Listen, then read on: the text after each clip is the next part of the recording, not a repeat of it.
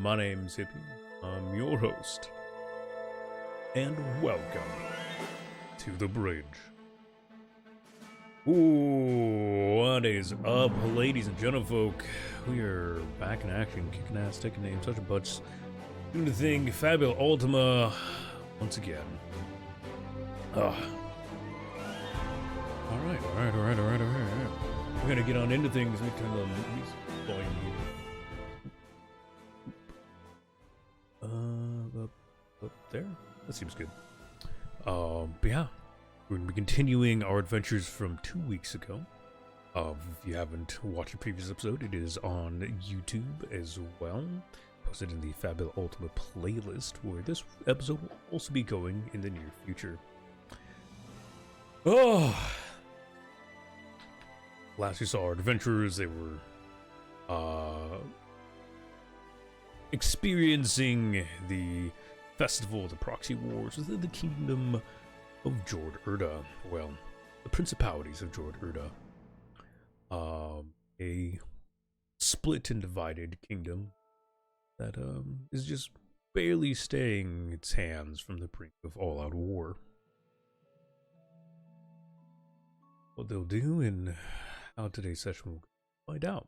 But for now, let's go ahead and introduce players and have a wonderful time.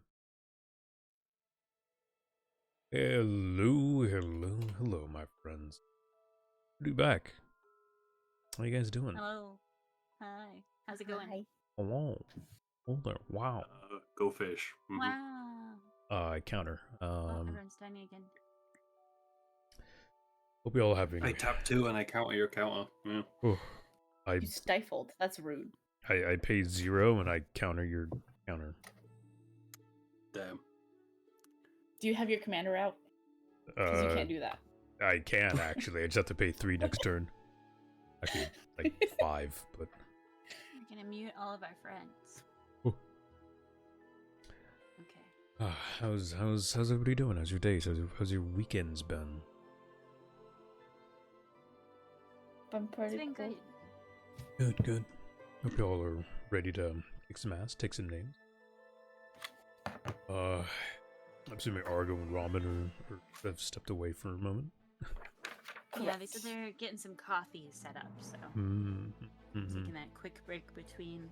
They need that bean juice. I mean, bean juice do sound pretty good, though. Doesn't. You don't like it. I do. I don't like it. That's the correct statement. No one likes it. That's why you have to add a whole bunch of shit to make it likable, you know? I don't, though. Yeah, I like plain coffee. If it's a specific kind of coffee, there are certain brands and roasts I don't like. Sure. So it is, or so you do have to specifically get it done to like it. Otherwise, like it's specific fucking brands, yeah. dirty brown dirt water. Otherwise, it's really acidic. Gross. It smells It's still bad. dirt water. Otherwise, it's still dirt water. It smells mine so espresso. bad. I'm a coffee okay. enjoyer, but I also worked as a barista for a long time, so I don't typically add a lot to my drinks. Fair. I'm a very simple ghost. Real quick, I want to point out, as of last session, I did fix the Fabula point shenanigans and experience, so you all should gain experience and whatnot as a group forever and always, never to be separated and or apart. Alright, I'm going solo. Attempt to take 10 feet away or warped back to the group. You can't leave. God damn it. Yeah, you're Oh, no. forever here. Trapped. Send help. You know how long Argo and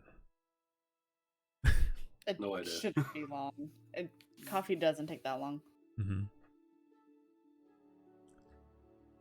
Well, I guess we'll go ahead and go down the line of introductions here while we wait for them. Also, for anyone who is or isn't, I did put out the shared chat. If you wish to do the shenanigans with that, you're more. Yeah, I got a notification. What is that? It's just share chat. Literally just Oh. puts your name top of my thing, whether you're streaming or not. Anyway, going down the line, I assume Argo isn't back yet, so we'll go ahead and start with Kaiser, the man, the myth, the Brit. Please introduce yourself, who you are, and who you're playing. Hey, I'm Sarcastic Kaiser. I am playing Lord Borrington. Our Sorry, that was just a beloved hell of a frontliner. roll. And yeah, I don't know. I ain't got much to say about me. I don't know. He's British. He drinks tea over coffee. Something dark side.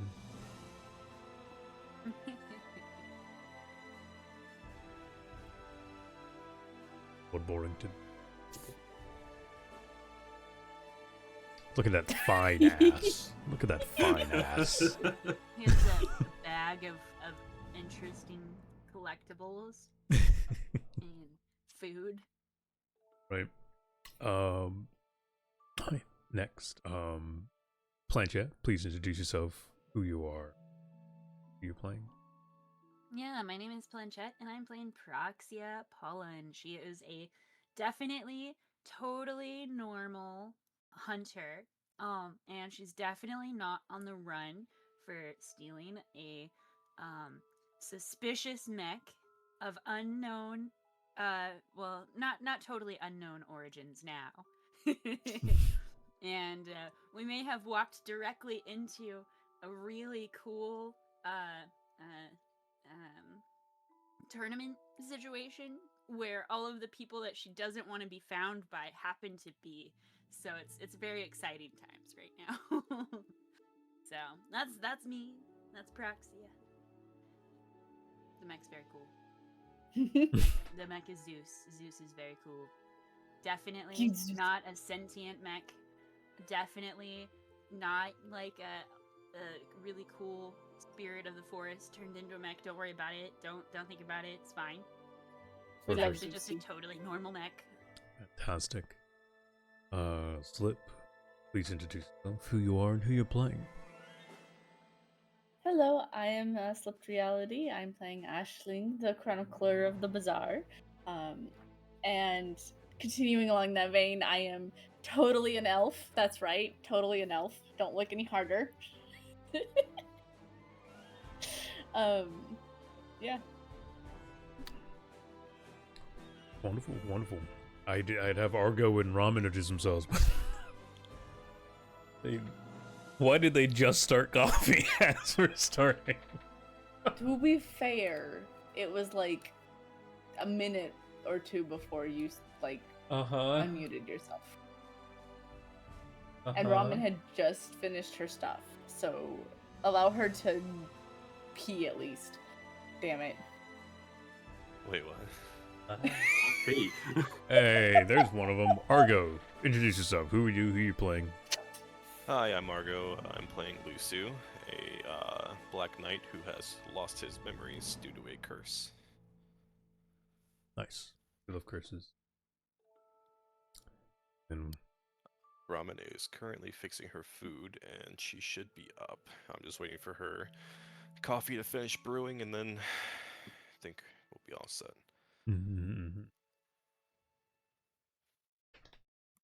How do you take your coffee, Argo? through the butt. Black, not much cream, typically a very small amount of sugar, like maybe like a packet or two. Like a normal person, see? I actually don't know if that's the average coffee drinker. Because most It people is go not. to Starbucks and get I think most espressos. average coffee drinkers go to like Starbucks and they get like hyper sugar like coffee. Yeah. I think the average coffee drinker, at least in America, is a Starbucks enjoyer. So Yeah. Bleh. I hate Starbucks. Yeah. I like really specific drinks they have that most people don't have. There's one place where I live that has a very similar drink to my favorite Starbucks drink, so that's where I usually go now.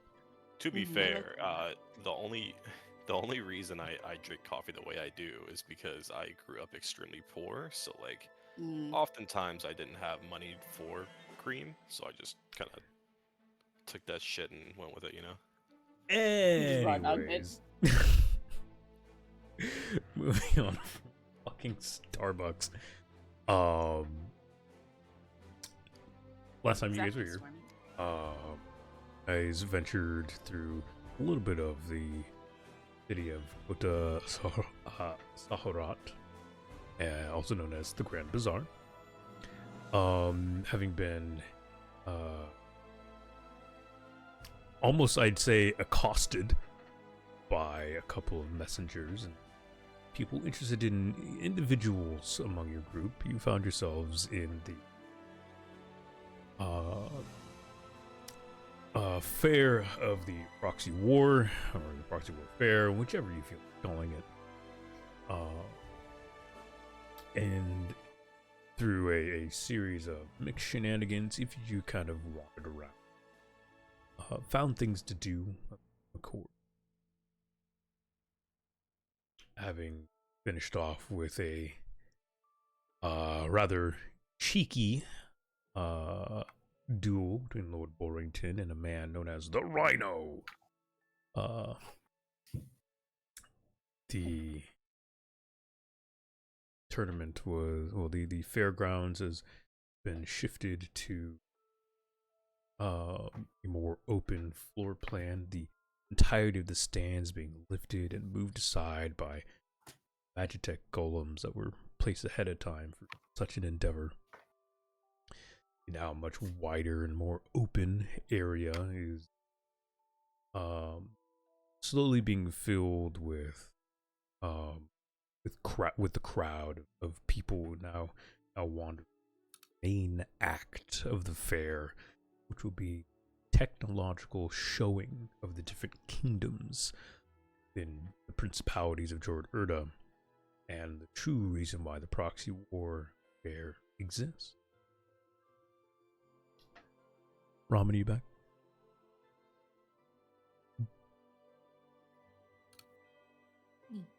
Yeah.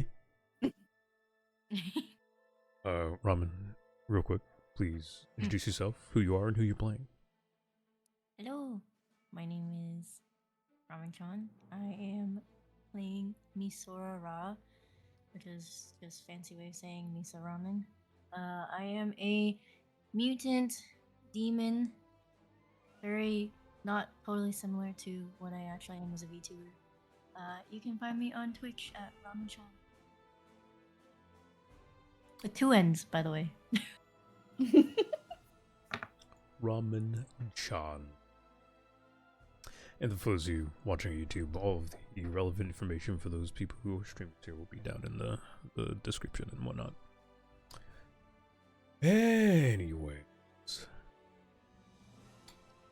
Stands shift to the side and motion towards seating, though there's still, people wandering, doing random fairground activities. The ding of a hammer slamming into a pedal as a stone hits a bell. Blah blah blah.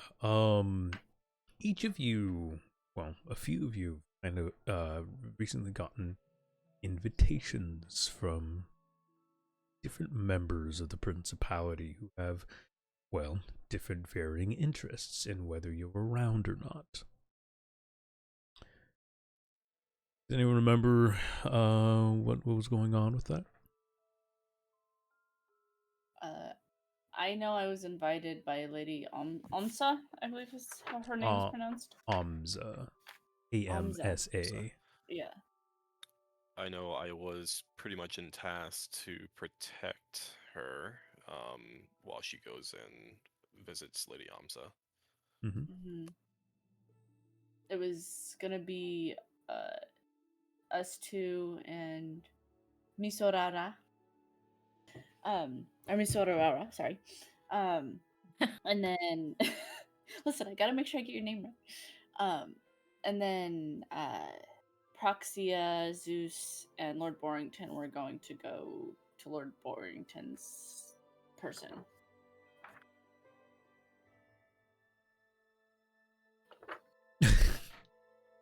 Yeah, yeah. you know, that guy. You know, the person, the guy, that guy. First Prince Marin. Marai. Sorry, I got it. I can read my handwriting. It's fine. Yes, 3 of you had received invitations from the different princes. To Lord Borrington with a less than exciting encounter on the road to the festival grounds. You ran into the first prince himself, by the false prince, who found interest in the royal demeanor of Lord Borrington, though, as you've recently come to find, should come across as odd, seeing as the relative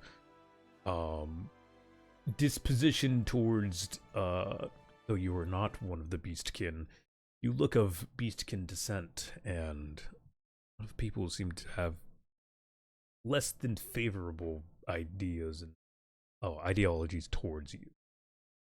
The casual racism, you know. Yeah, What's maybe Fantasy Kingdom without him? what's a little casual racism in our fantasy game? You know, like fucking elves. That's not racism. That's just being objectively correct. From the city of Orstelhelm, Lady Amza Flark did in fact invite the storyteller of the bazaar,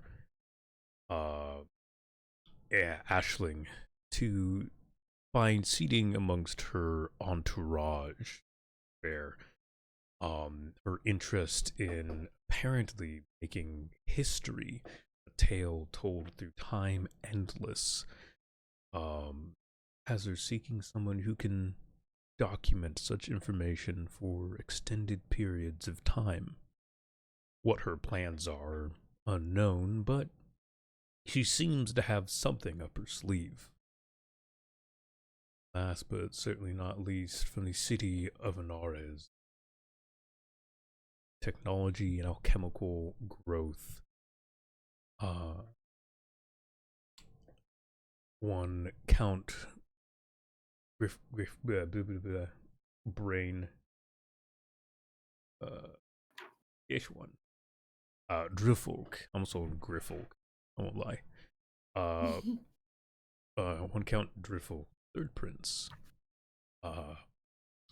Having spotted and potentially having already been keeping track of a previous employee as well as a previous interest of his,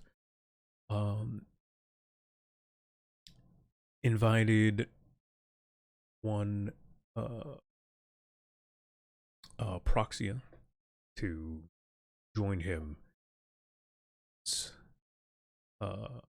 seating area as a sign of not necessarily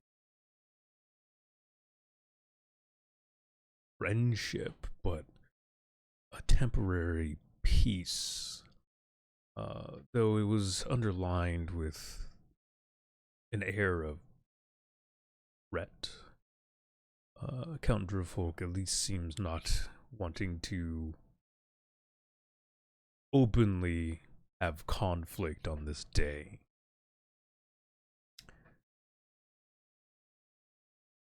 So, what do you guys wish to do? If you think you're safe enough, you are welcome to split yourselves among the different camps and fairground attendees, or you may choose to find yourself seated in one of the groups, simply not join any of them at all. Yeah, I don't know. Probably. Oh, go ahead. No, I was gonna say mine's a pretty simple one. I'm probably just gonna try to stick around both Ashling and Mizora. Just kind of stay within their vicinity. Yeah, I'm not really sure. I mean, we have the flares now. So theoretically we could safely split up. I am uncomfortable with that for sure, but at the same time, we're kind of in this weird position where it's like, well, do we go visit these people or not? So I don't know. What do you guys think? I mean, I I was I like our plan from before Count Dipshit decided to come in.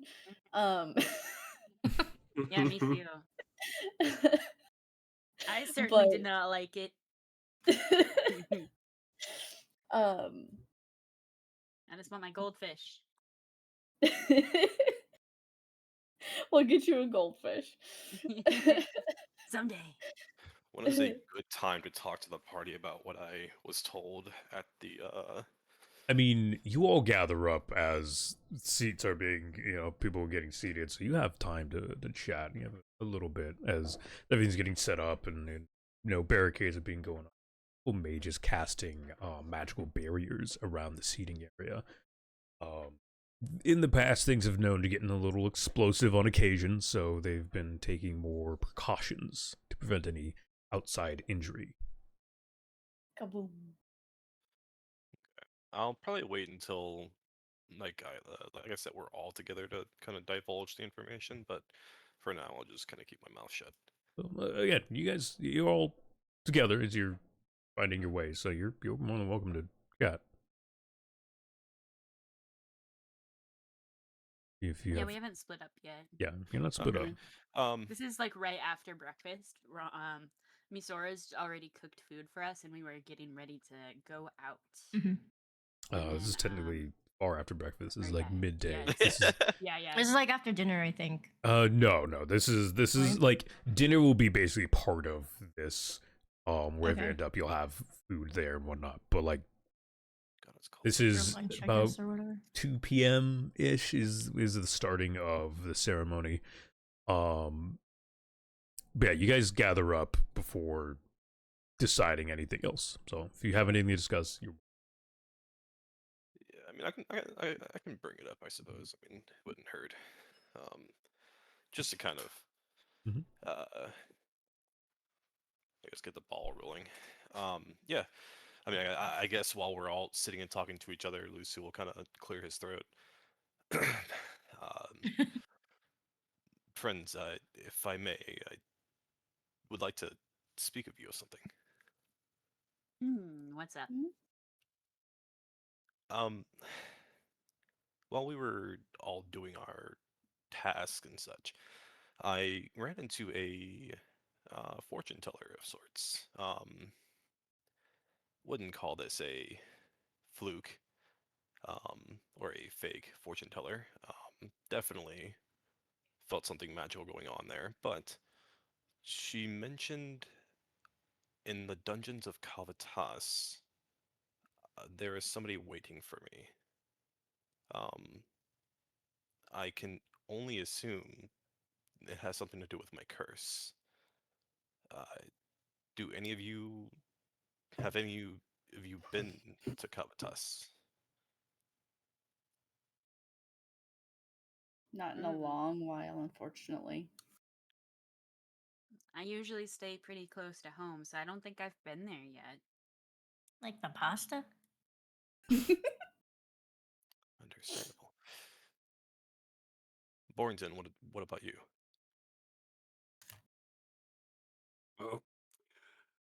Oh, no, not in the slightest.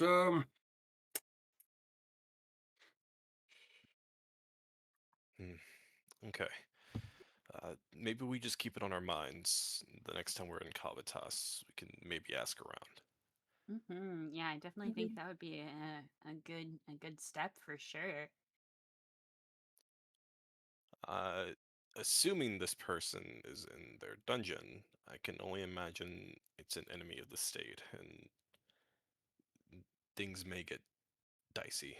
Um, just as a fair warning. That's true. Lucius kind of scratching the back of his head. I know not what's in store for us, but I would like to pursue this. Yeah, So, I think we could definitely do that. I'd like to point out our party. Dicey's kind of what we do. We got this. We'll get your memories back. I appreciate you guys.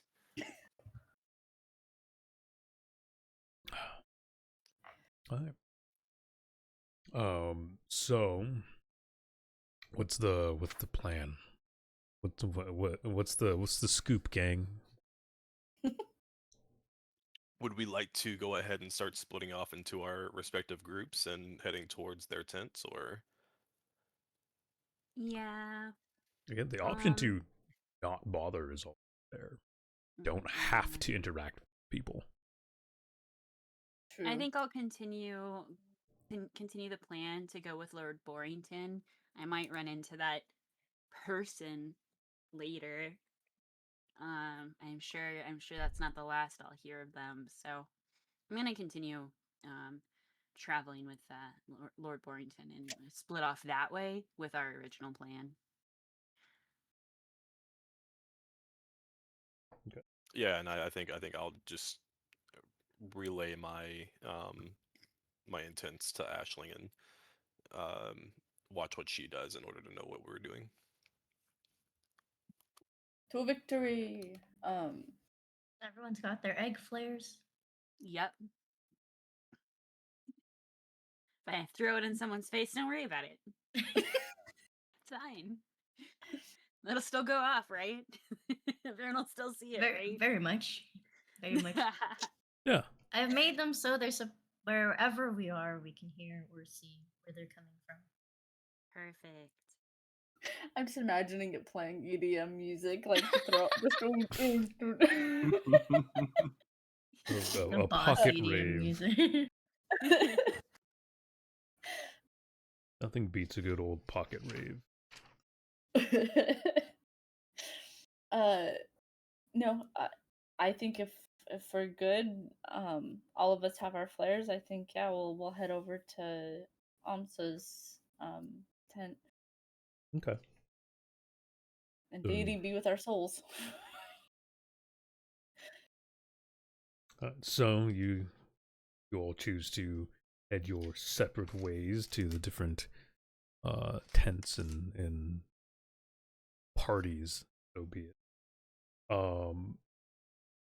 As you do, you see that among the stands has been risen a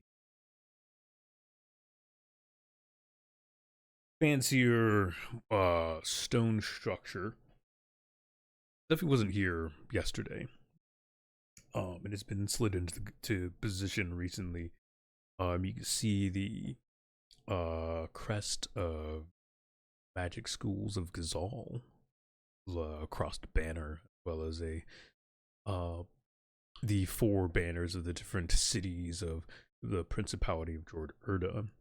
Sitting amongst the seats, you can see three of the great heroes of old. High Mage Voska, one of the greatest mages in recent history, and the leading voice of government from Gazal. Olia, the master of the wall, a large woman of great standing and martial prowess. She keeps the walls of White Strand Keep and Gazal itself manned and trained.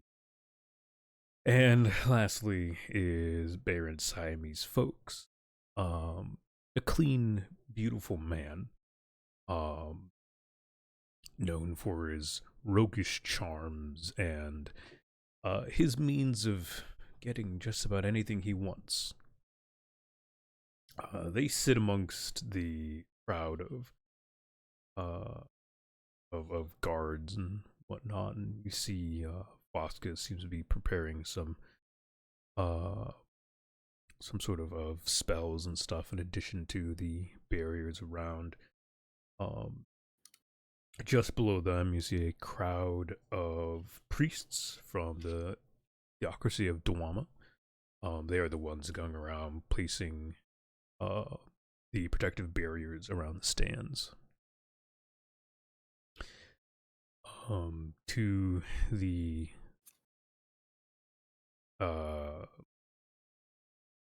left and right of that main stone, like seating, holding observatory. Um, to the right in in two smaller observatory seatings. The immediate right is seating for the first prince and his entourage, a series of guards and sharp silver steel armor.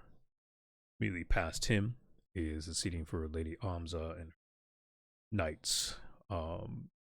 See the man who delivered the missive to you, Ashling, in that dark purple plating, standing next to her. She has no other members of her entourage outside of there's a group of nobles in the back munching on fatty foods and talking about the local happenings and dribbles of peasantry. To the left of the main observatory is immediate left is the seating area for Count Driffolk. Next to him, you can see his one of his head researchers, as well as a series of strange machineries, wires and antennas and doodads. Lights flicker, and you see knobs being turned, and you see the glow of magic coming from inside the observatory. And lastly, on the far left is the final observatory, which should have seated the fourth prince, but there is no one there. The observatory, like many previous years, sits empty. No one stands guard, no one observes, but out of formality, the seating is still created.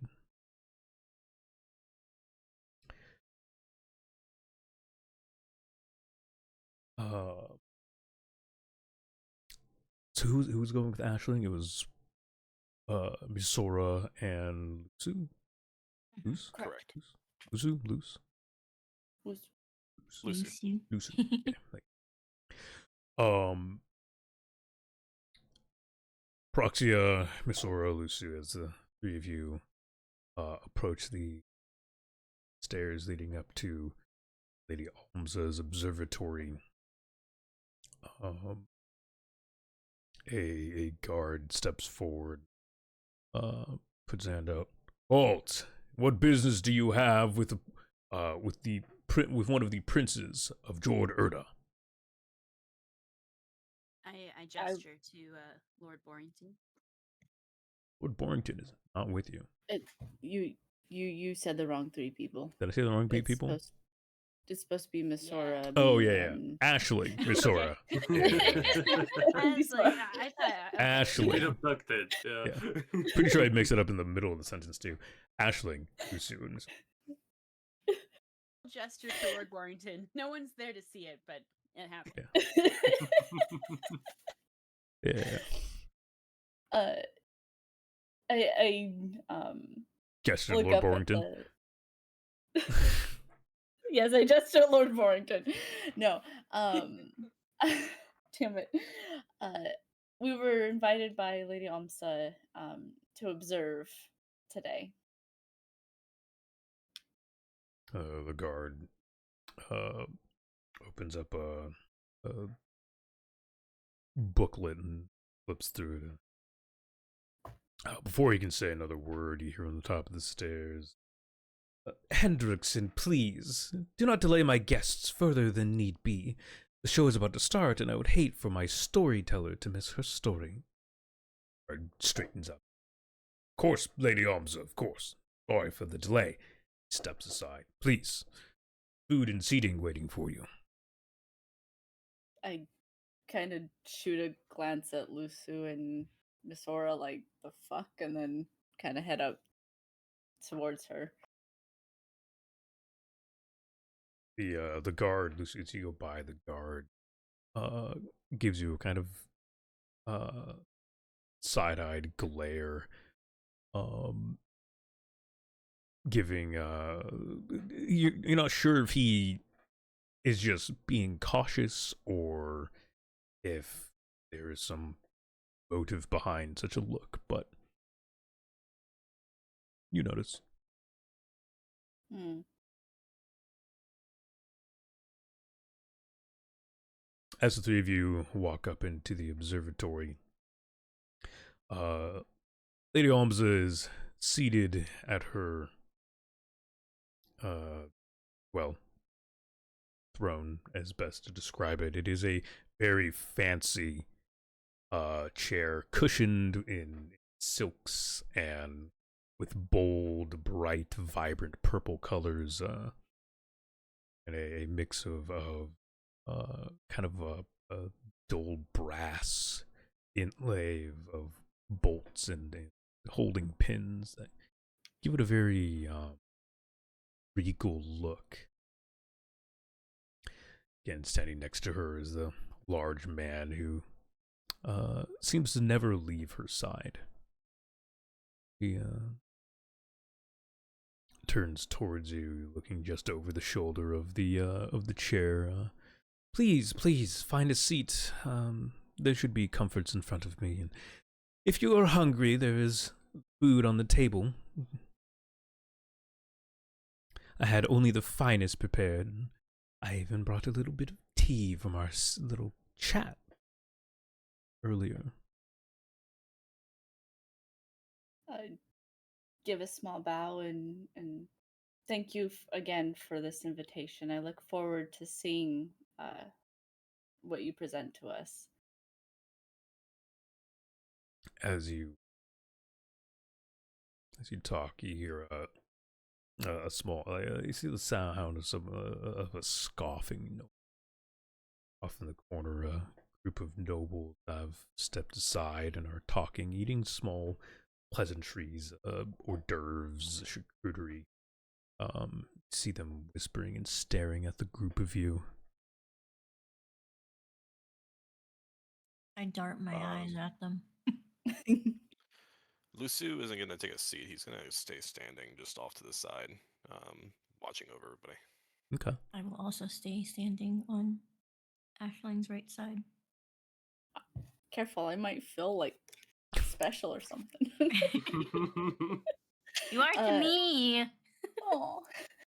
I do like as we take a seat, I like drop my voice low enough that only they can hear me, and I say, I don't need to tell you guys this, but I'm just gonna say it. Don't eat anything. Wasn't planning on it. And then I kind of just look forward.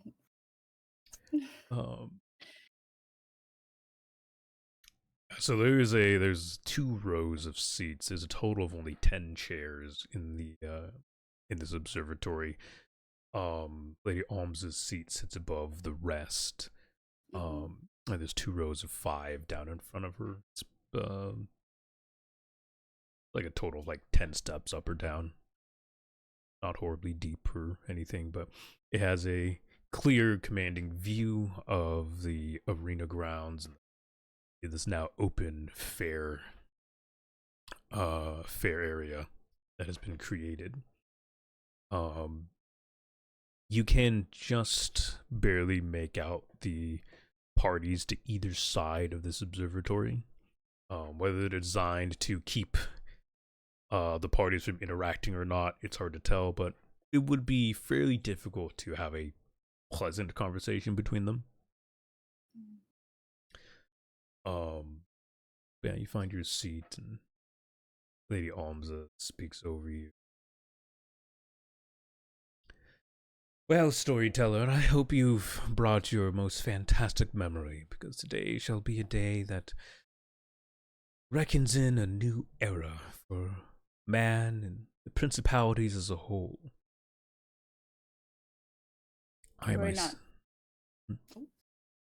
I myself hope to bring new wonders to the world of man, beyond the borders of even Gazal's magic wall.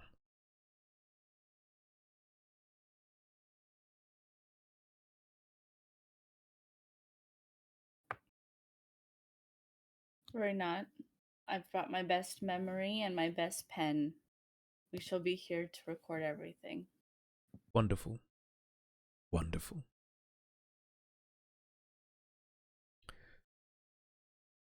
Proxia, Lord Borrington, the two of you wander towards the stairs that lead up to Count Driftfolk's.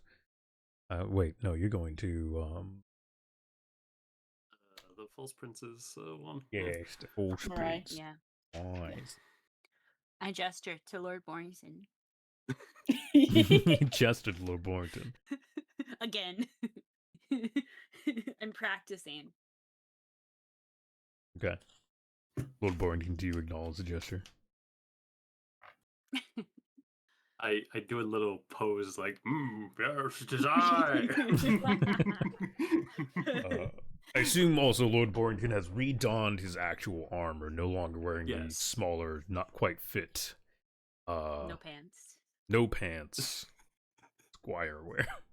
As funny as it would be to continue walking around with that, no, he is wearing his doppelganger. Still burned in my eyeballs.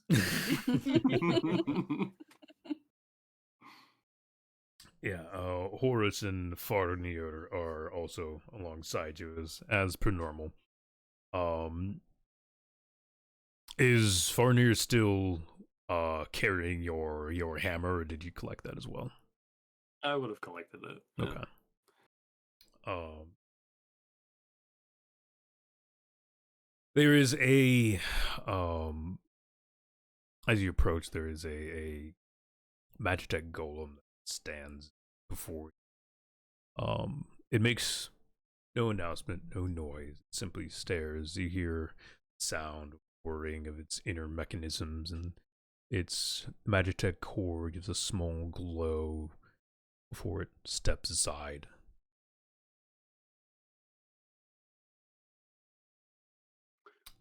Well, that's a lot simpler than I was expecting. Shall we go then?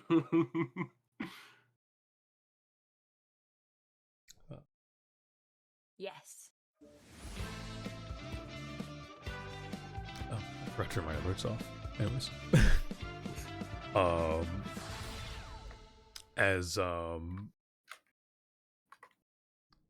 As you step forward and go up the stairs, though you would have assumed there would be a posse of nobles nosing around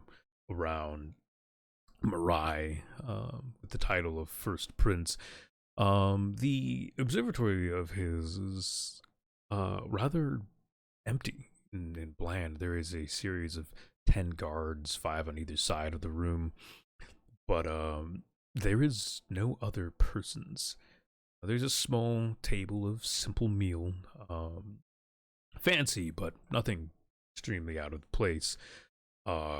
Roast chicken and stewed vegetables and whatnot, just off to the side. No one seems to be attending them or eating of any kind.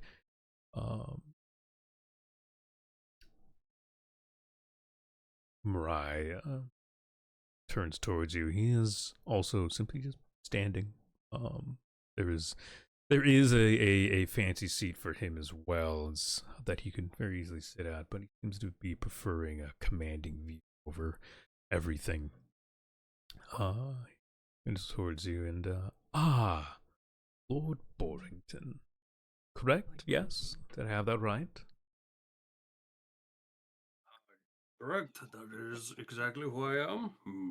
Good on you for having a good memory.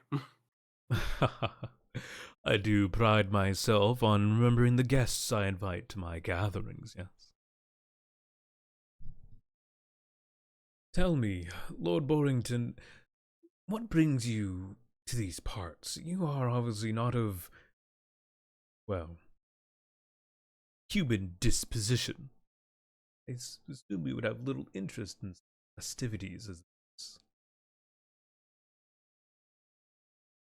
I go where I wish to visit, and this was one of the many locations that I wanted to visit on my trip around the world. That is all. The whims of nobility and the powers to do as you want. Truly something I understand most well. And, who is your friend? I This drops is the, this is one of my temporary retainers whilst in these parts. You see. That's I Ah, gesture to Lord Borrington.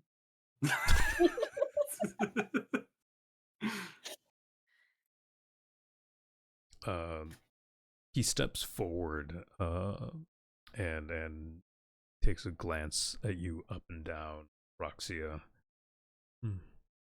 Well, I personally would keep cleaner company, but I can tell under the grime of fairground peasantry there is a beauty there. She can stay. Now, come with me, Lord Borrington. We have a show to watch, much to see. I am interested to see what these lesser princes have to bring to show. Do you know that the secret to this fair has always been something more diabolical, something more cruel that each prince wishes? Every year, we bring forth our most glorious of prizes, researches, magics, sciences, technologies, all for the winner, the winning vote for the official first seat. Gavel toss, the true seat to the heir of the Principality of Jord Erda. My rightful seat. Every year, though, it never turns out. It's always people's interests torn apart, torn asunder. Or there's always been someone interfering. I've never once seen the fourth prince myself, you know that? I've always wondered who it was, but every time I've sent missives and messages, researchers and people to find this elusive fourth prince, the only thing I get in return is a box with a body. Sometimes not even that.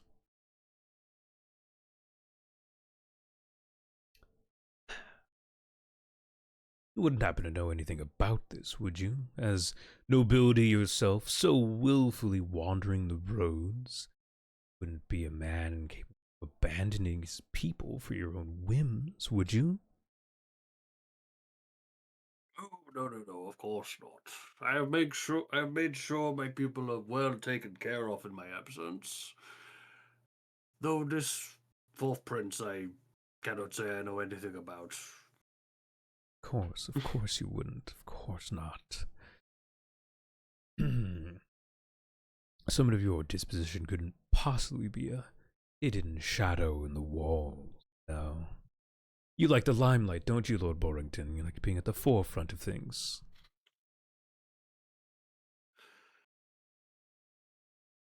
Well, I suppose that is one way of putting it. It is rather difficult to be anything but, considering, how I am. Yes, considering your beast folk nature. And yet, as beast folk, you carry yourself with an air of lordship that is not rightfully yours. And so I find interest in you.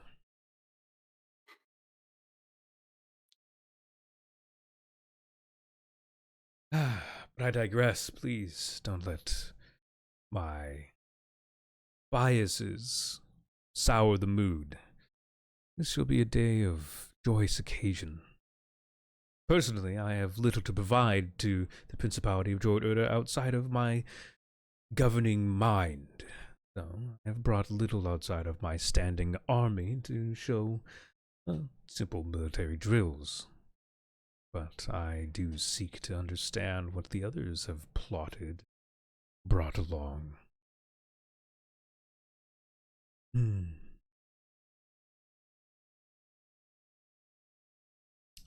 As he looks around and stares, a trumpeting horn shoots from the primary observatory, stepping to the forefront.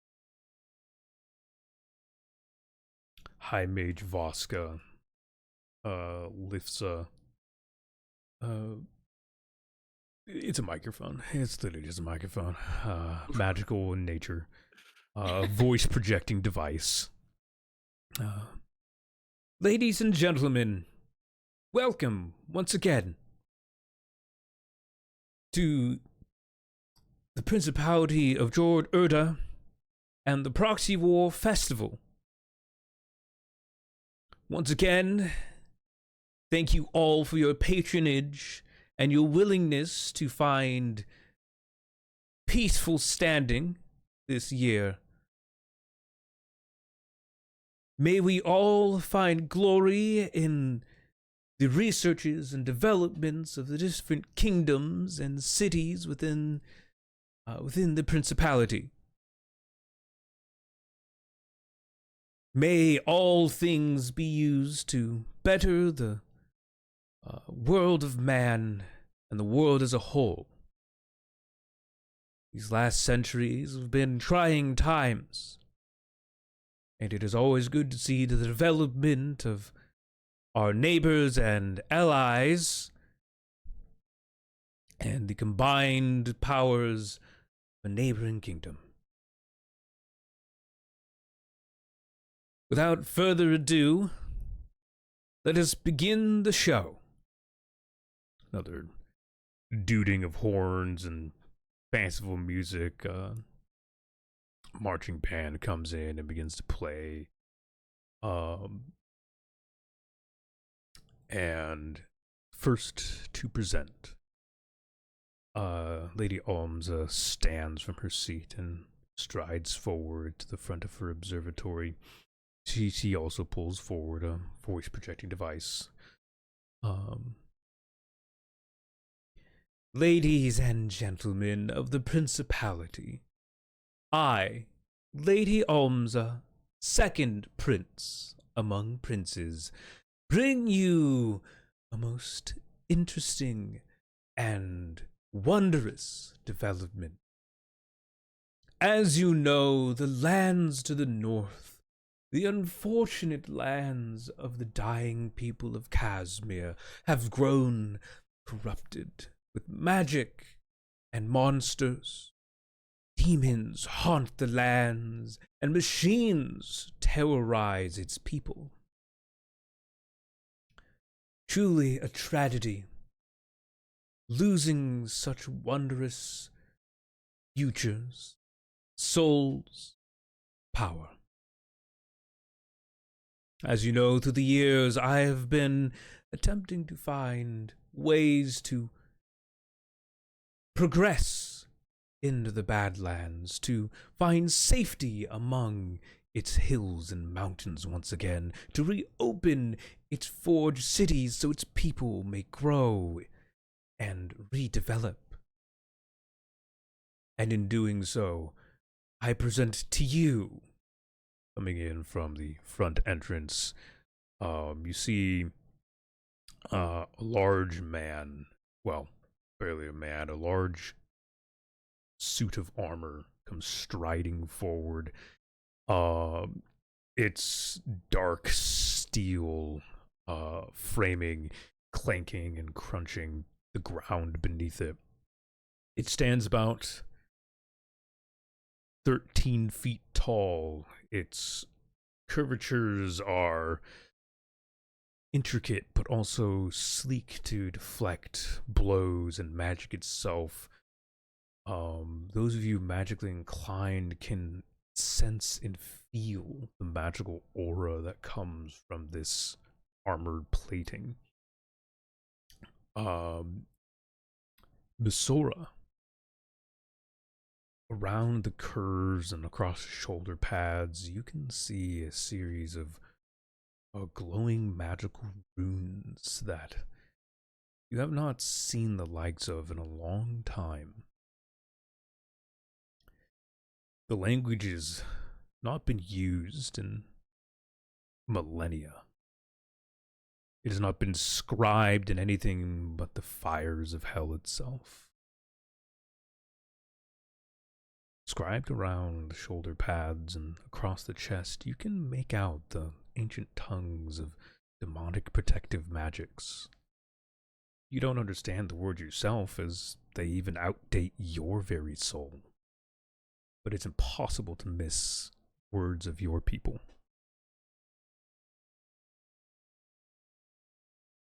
The suit strides forward, it lifts its hands, bellows a mighty roar, followed behind a series of canisters are dragged forward by a mule and cart. There's 6 of them in total. You can see a swirling of purple ichor ooze liquid inside. You can barely make out blackened shapes within. The first of my inventions that I present to you through years of research and practiced magics. I present to you the first prototype of Magitech Exo Armors, an enhancing and magically adapting suit of armor that goes over even the bulkiest of armors. Presenting this suit today, Commander Gaius Corvix of the Mist Guard, a most celebrated and glorious warrior. Commander, please present yourself. Suit of armor hisses and whines. You can see a couple of ligaments and things unfold, and the front of the armor peels back. You can see it opens up and steps out in full plate. A graying haired man of about 50, give or take a couple years. If you keep up with the continuing wars, well, battles, defenses going on in the Great Plains, you would know this man has been on the front line for years, and it is almost strange that he is here and not fighting among the guard. Commander Gaius Corvix has the long-standing history of about 15 years of volunteer service, as well as his mandatory 5 that he gave before that. He is a veteran of his people and a warrior amongst warriors. The only reason he would be here is potentially under mercenary work contract, or maybe even threat. But he cheers and waves around before bowing towards the princes and the heroes that of old that are present today. He gives a hearty thanks to Lady Almza for allowing him to present such a machine. And then before he steps back into it, and it folds over him and closes shut, the hissing one. A slow, dim glow of magic etchings and runes ignite around the frame. As you can see, the armor presents a mobility and strength enhancement like no other. Even the known powers of our Magitech golems cannot stand against such strength. As she says this, one of the golems that was standing near the series of canisters steps forward, charges the Mistguard commander, and in the splittest of moments, Gaia steps forward, locks hands with the golem, and slams it into the ground, shattering its arms at its side. And you can see the glittering fading of magic in its core as it appears to be leeching the magic from the machine itself. Contact. Fuck.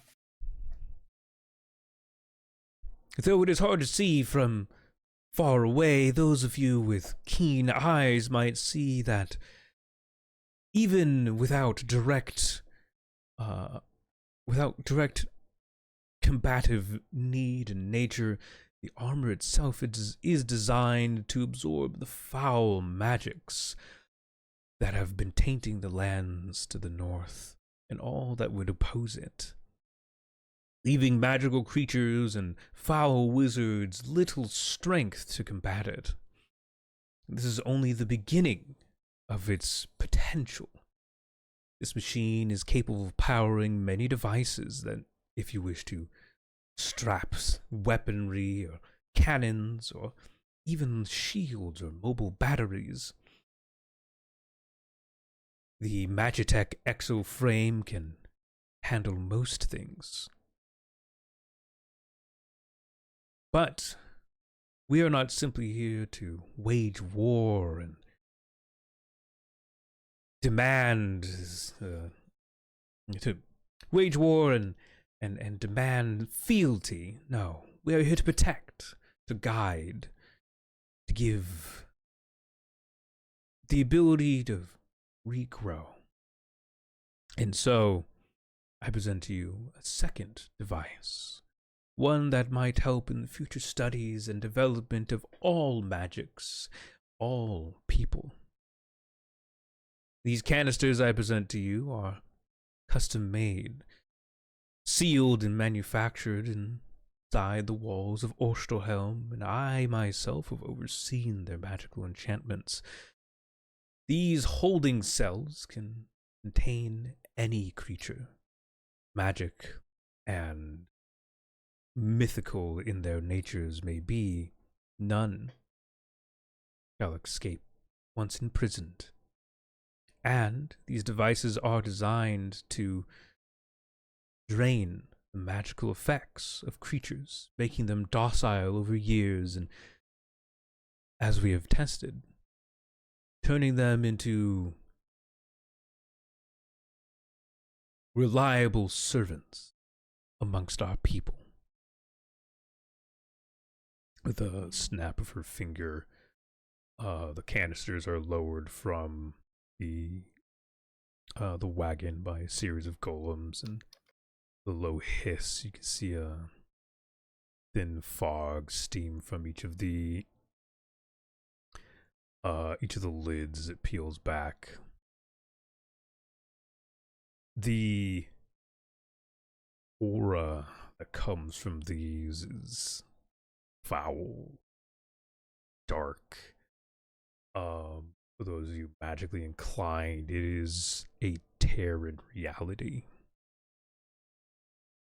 Seeping out from the first, you see a black, wicked tendril peel its way from the purple ooze or ichor inside the canisters.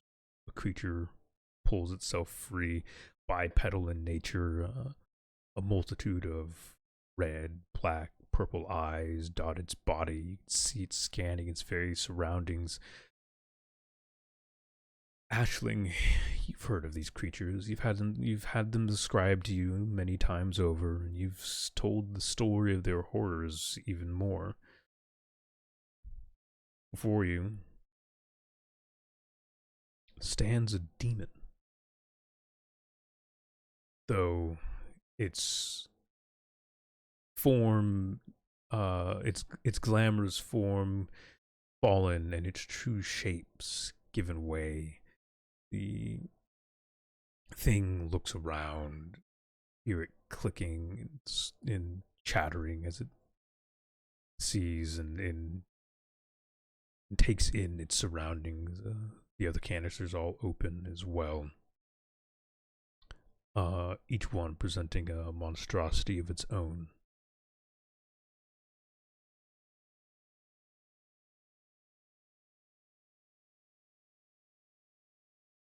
They don't charge anyone. They don't attack. They simply stand in waiting, though their tendrils writhe, and you can see the shifting of the shadows over their skin. What you can call skin. They are far from the murderous, hostile creatures you've heard so many tales of. Lady Almza looks back at you, Ashling, stepping, looking away from her, the microphone.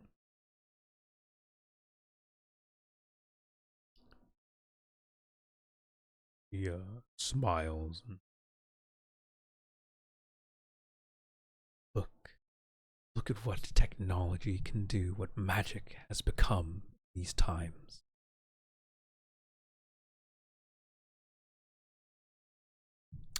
Just put in the footnotes, crazy bitch. What?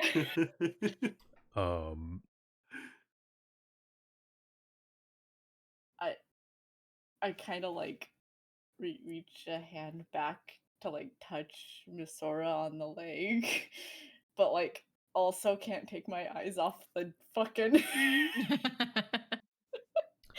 like trying to like almost half. I have comfort not her. broke.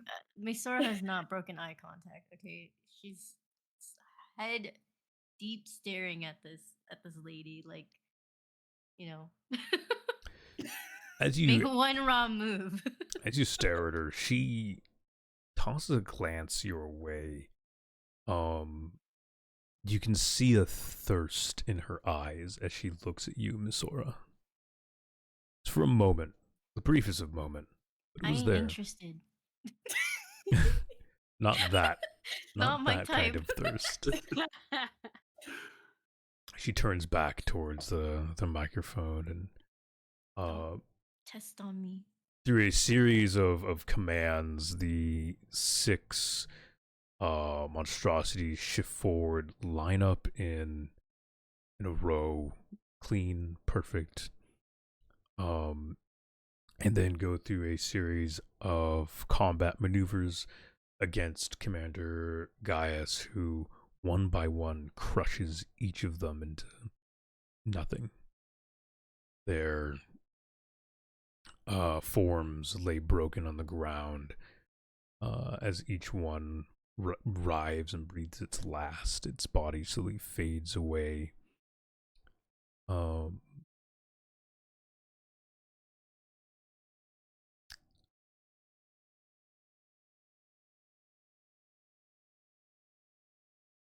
Misora, as a demon yourself, having lived through the wars that your kind, hell and back. yeah, literal hell and back, you know that when a demon dies, its form should break, yes, but its soul should return to the depths themselves. Its physical form never truly being what it is here in the plains of man, as they cannot fully solidify out here. Hence the glamours. You don't see any telltale sign of these, well, as Lady Almza called them, demons, making their return. Their souls simply fade.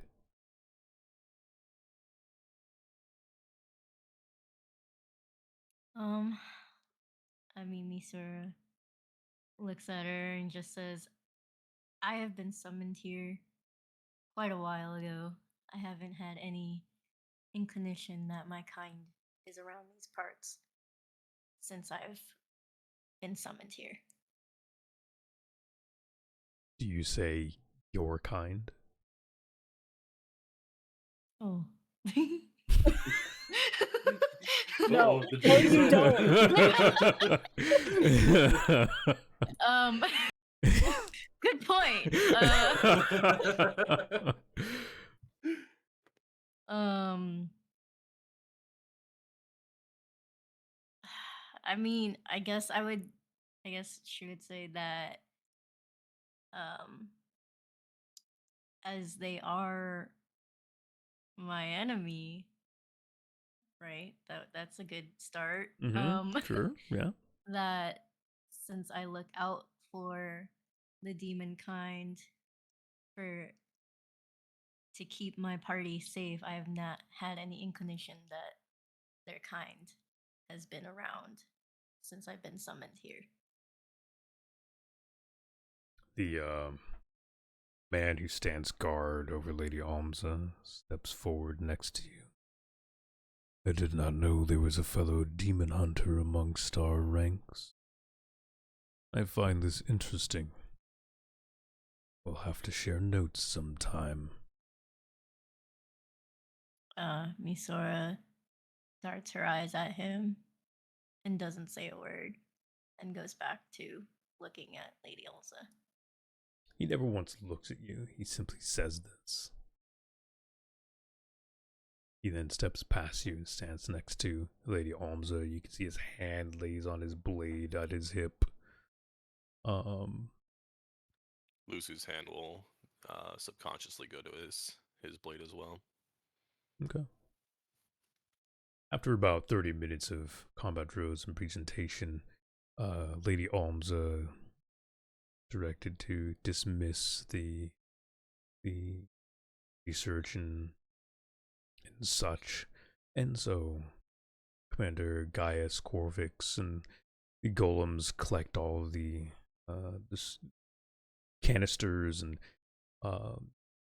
crumpled bodies of the monstrosities that were recently slaughtered, and begin to cart them off. As you do so, you see the echo frame, the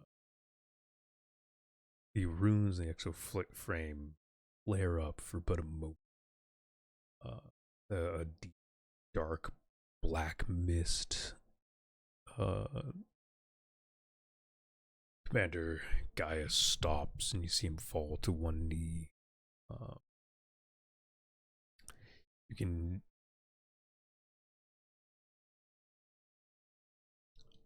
You can smell something that smells of rot. The wind carries it away quickly. The runes flare again, and the darkness fades. The man stands slowly. You can see him hand on his head, and stride is a little bit more wobbly as he continues to march out. Eddie presents this as a minor flaw in the magic core inside the frame that's simply being worked over. It is simply a prototype. No? And with that, Oshelheim's presentation ends. There's a small break between presentations, and shortly after,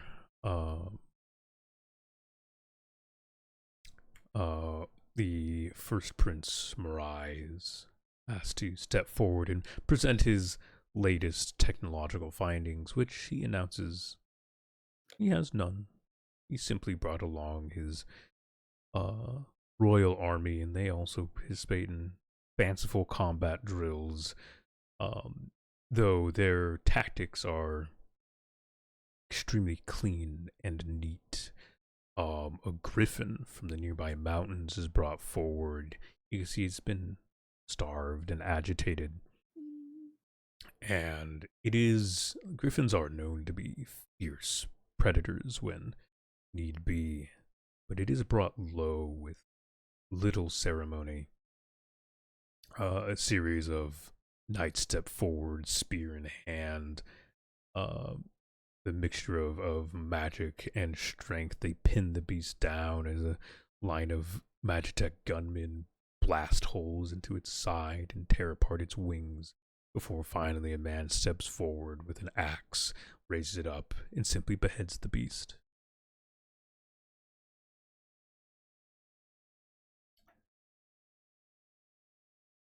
Proxia, in the distance, you hear a low whine as Zeus mentally connects, and through you, you can feel his disdain and sorrow.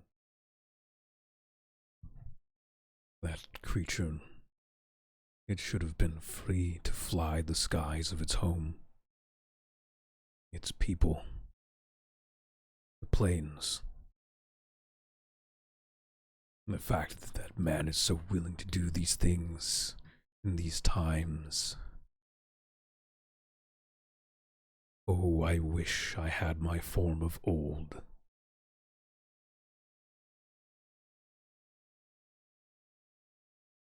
Roxy just kind of nods in agreement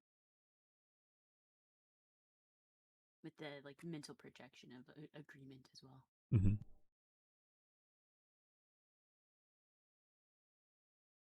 Proxia, You did.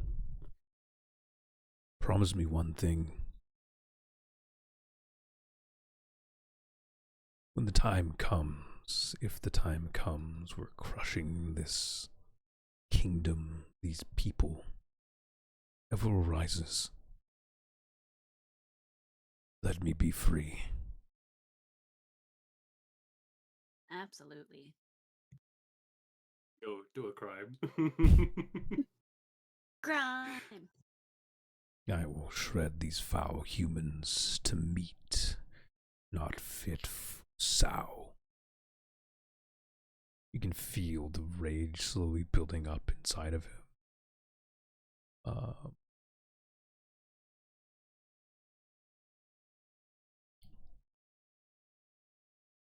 For There's always a time and a place to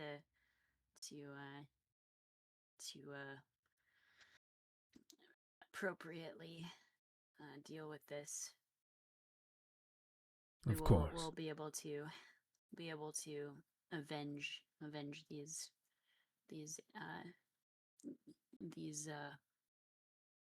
captured creatures and beasts that are being wronged like this. Proxia is kind of over the time that she's been with Zeus would probably be kind of seeing things in a very different light, because she was just originally a soldier and a hunter, so that she's just kind of told what to do and doesn't really think too much about the minutia of it. And so she would be kind of learning to see things a lot differently and just kind of having a very different experience than she would have previously before meeting Zeus. Not too many years ago, you probably would have been a soldier down there, slaughtering that griffin, slaying the beasts, or even capturing them and imprisoning them under the orders of Count Driffolk. And this is a thought that crosses your mind, one that will probably always haunt till something is done to right the wrongs.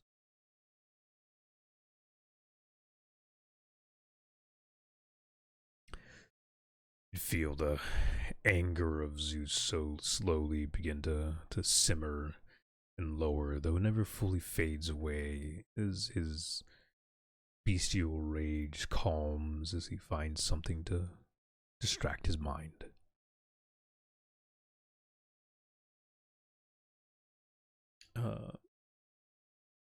As the beast is being slaughtered, Mariah looks at you, Lord Borrington. Look at these creatures. Monsters, they call them. Trivial, really. Simple drills and military power bring down any creature.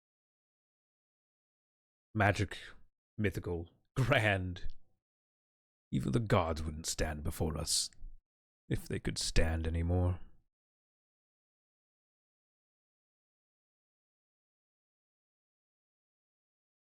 Tell me, Lord Borington, you believe the old rumors that that elven god is dead?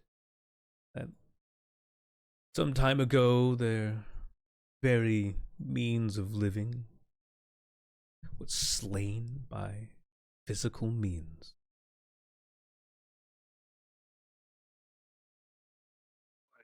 Very much doubt she was actually slain. Probably drained of some variety. You know how magic is, it's all over the place. So probably taking a bit of time to recuperate. Yes. Yes. Recuperation. Drained, you say? This is an interesting way to think. Ability to drain a god of their powers. What would that give a man if you could do so? I think that would bring to the world. One could simply remove the gods. Picture. It was so easy to take beings that had lived and existed for so long, simply wisp them away.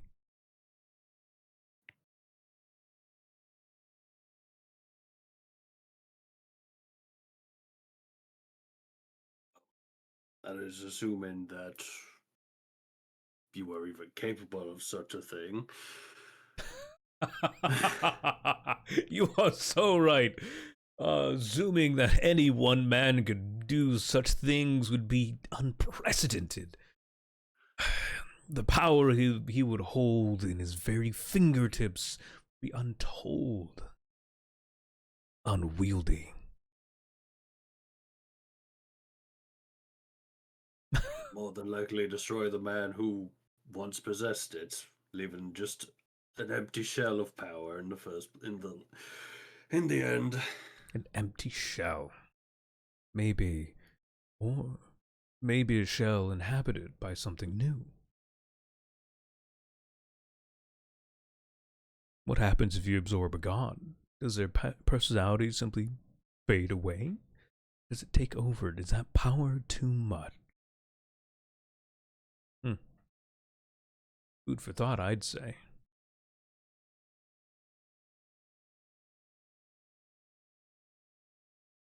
With that, he waves his hand and barks an order, and the the standing forces depart from combat area. The griffin's body is left to bleed, though its head is taken.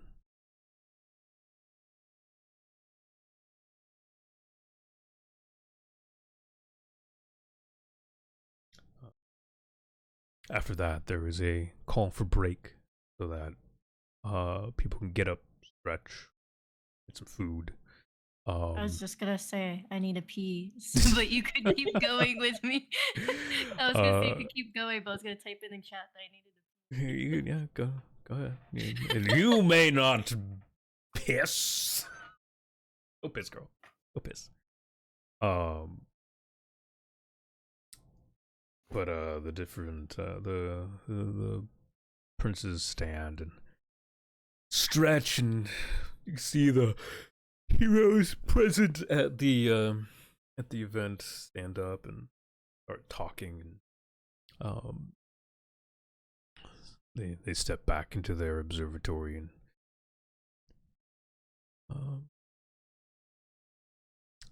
would any of you like to do anything in this short intermission break between shows?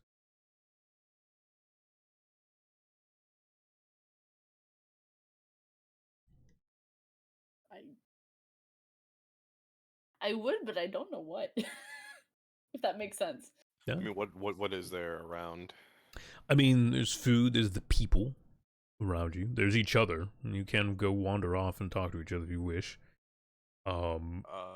There is also the presentations are simply set to the side.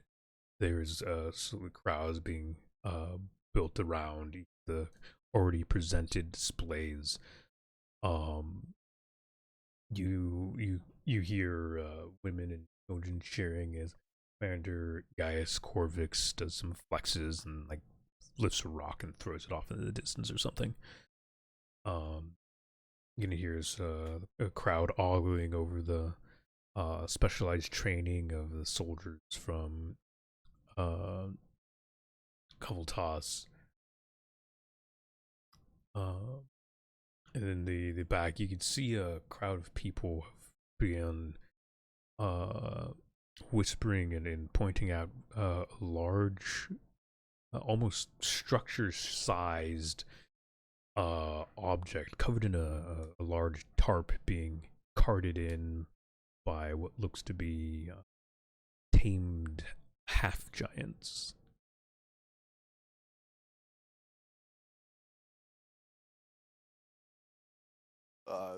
Lucia will, I suppose, turn to Ashling. Ashling, should we go and check out what the commotion's about? I think that'd be a good idea. I need to stretch my legs anyway.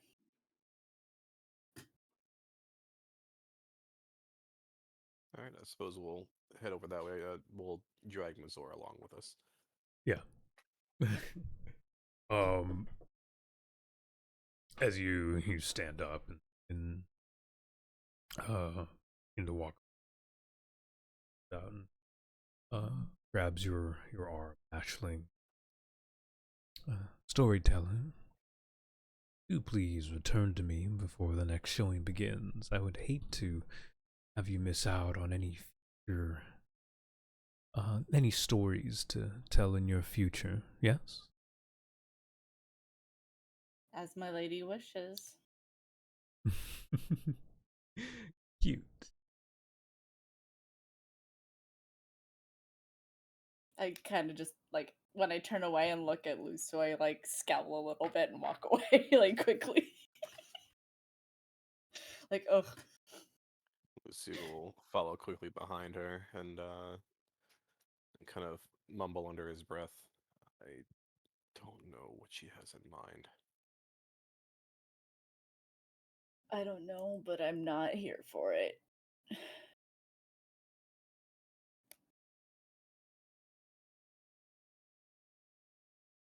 All right. And So where do I you guess we wander to? The large amount of people that were crowding around that structure that was tarped, we'll check out what the commotion is all about. Okay. Oh, fuck. Yeah, it's being dragged in. There's two half giants. You can see them uh clasped in harnesses. They drag along a large wagon. Upon it sits a large tarped shape. You can see the crests of the city of brass of Anares are etched in multitudes of spots along the wagons. There's a banner draped over the rear that marks that it is, well, this is probably whatever Count Drillfolk has been working on in his presentation.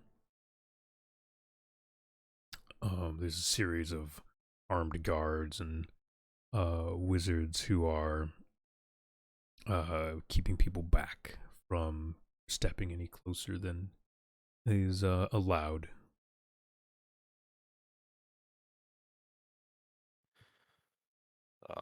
Lucy will sigh and look around. I assume Proxia and Lord Borington still aren't around. They're probably still in the tent, right? I'm sticking with Lord Borington, so wherever Lord Borington's going, I'll be going.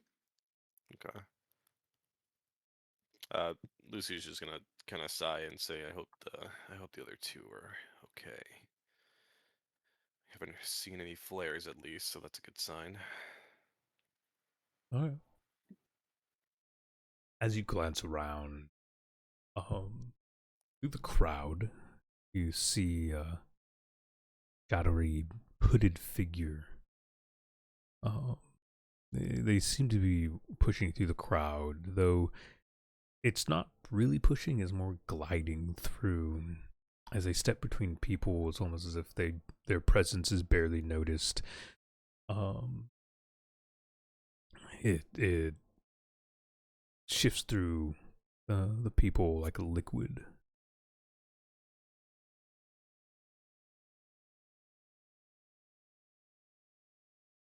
Which direction are they headed? Are they headed Uh, they towards any are of us, they are or? moving towards the wagon. Hmm. Uh, we all noticed them, right? You're the one glancing around. Okay. I'll kind of lean over to Ashling and uh, Ashling, we may want to move away. Uh, I point out the figure that I spotted. They're very Yeah, strange. I kind of glance over and give just like the slightest of nods before moving back towards the pedestal, um, or whatever you called it before, like moving back towards those stairs to get back up there, away Observatories. from. Yeah. Yeah. Um,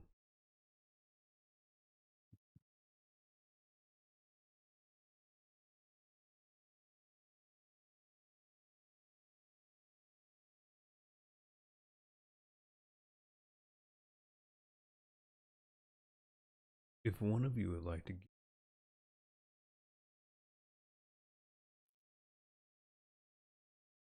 I'll still be observing them from where I'm standing, but I'm just gonna step yeah, slightly back away from the cart one, in case anything one of happens. you who's observing would like to get a attribute check of insight. Um, what's your insight now? I'm at an 8, a D8. I'm Yeah, not sure what same yours here. is. Yeah. So I'm at 10. Would she be here with us? I mean, Dragged she you is with along, so us. yes. Yeah. All right. Yeah. Go ahead and you do it then, babe. do your rolls.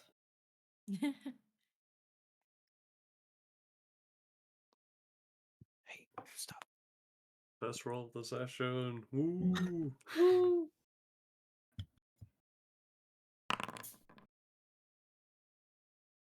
Okay. As you are making your way back, you can see a similar figure leaving the observatory uh, of Lady Omza. It step step out and then flick up over the roof. About a couple other figures begin to shift around. Seems to be about 7 figures in total that you can see actively. Each one kind of slowly, methodically stepping between crowds and shifting and moving towards the whatever the invention from Inaris is.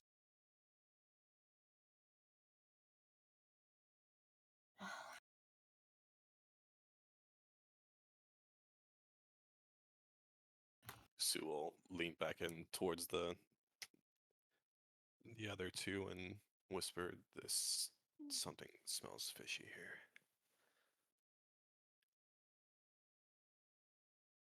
They seem like, I wouldn't dare to say, but perhaps assassins? You know, I Um, tell about heroes. I don't want to be a hero. Are we going to assume that that this is after us? No, it's after you were in the bathroom. There's a big wagon-like structure being pulled by like tamed giants that Okay. they're all heading towards. Hmm. Correct me if I am wrong, Hippie. That's a decent assumption, yeah. That's a you're good. Wait, what? My assumption? No, Flips. Oh, okay, yeah, okay. Um, I mean, did you guys just want to sit around and watch, or are we preparing ourselves? There's a lot of kids around this thing. There's a crowd of about a growing crowd of currently probably about 90 people around, a mixture of families, women, children, farmers. Yeah. On top of that, there's a series of about 15 armed guards, 10 soldiers, 5 mages. And then there's the 2 half giants clasped into their harnesses pulling the wagon. I mean, would it be safe to say that we could try and methodically usher the civilians out or away? Nobody Without would causing a really panic? understand. Yeah, nobody would really understand what's going on, and that would definitely cause a panic. I mean, you know what else would cause a panic? But would also get our people here? True, we could throw our egg firework flares. Again, we don't know what this is. This could just be personal guards to whatever this thing is that we're watching getting carted. Why would they be heading towards it though, and not with it? Are they keeping us like a distance, or are they actively closing the distance? Both. Some of them are simply drifting alongside it. Others do seem to be making their way slowly closer towards it. Tough call.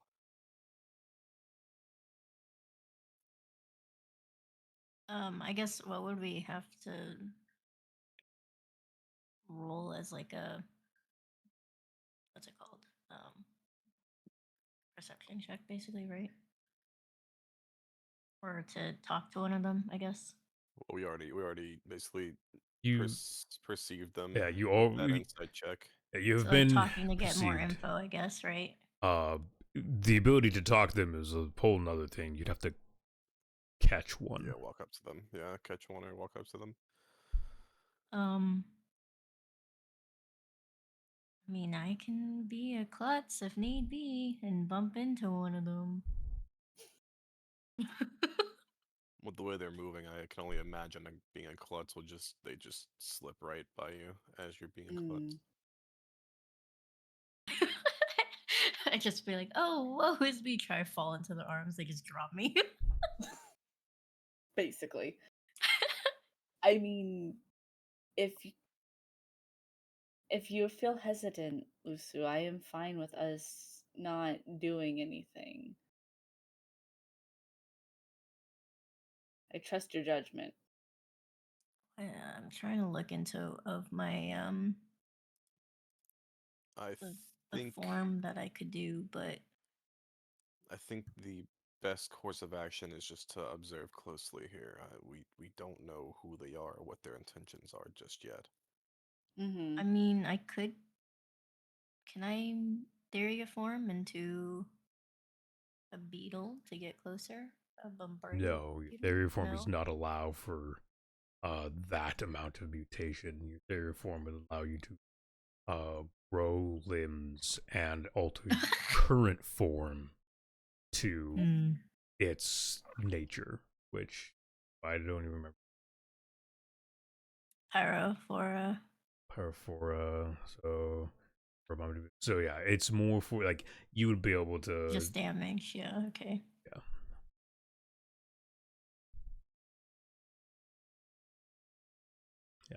It's you develop a attribute, some sort of fire based uh crustacean or elemental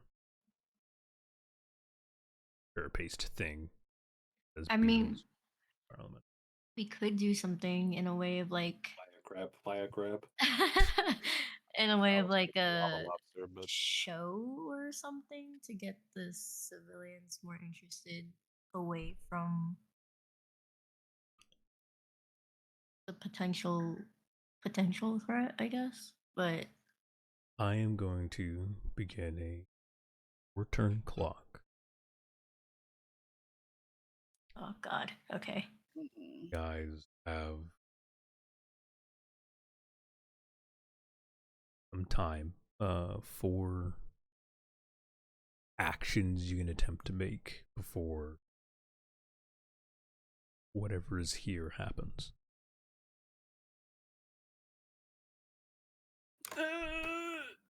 The large crate or large wagon being Uh, of something inside. Whatever's inside is safe to assume it's Inara's technological uh, showcase. Mhm. uh, They may, I mean, again, the options here are they're just guards. First option. Second option being they're attempting to steal it. Third option is much more nefarious. They're attempting to kill something or someone around it.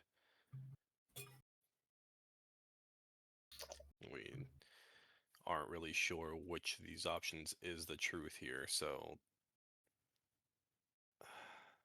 uh, I'll leave the final call to you guys. But again, without much information, it's hard to make a call here. as the three of you are figuring things out, scene changes shortly over to simply the inside of Count Driffolk's observatory. You see him standing amongst his researchers.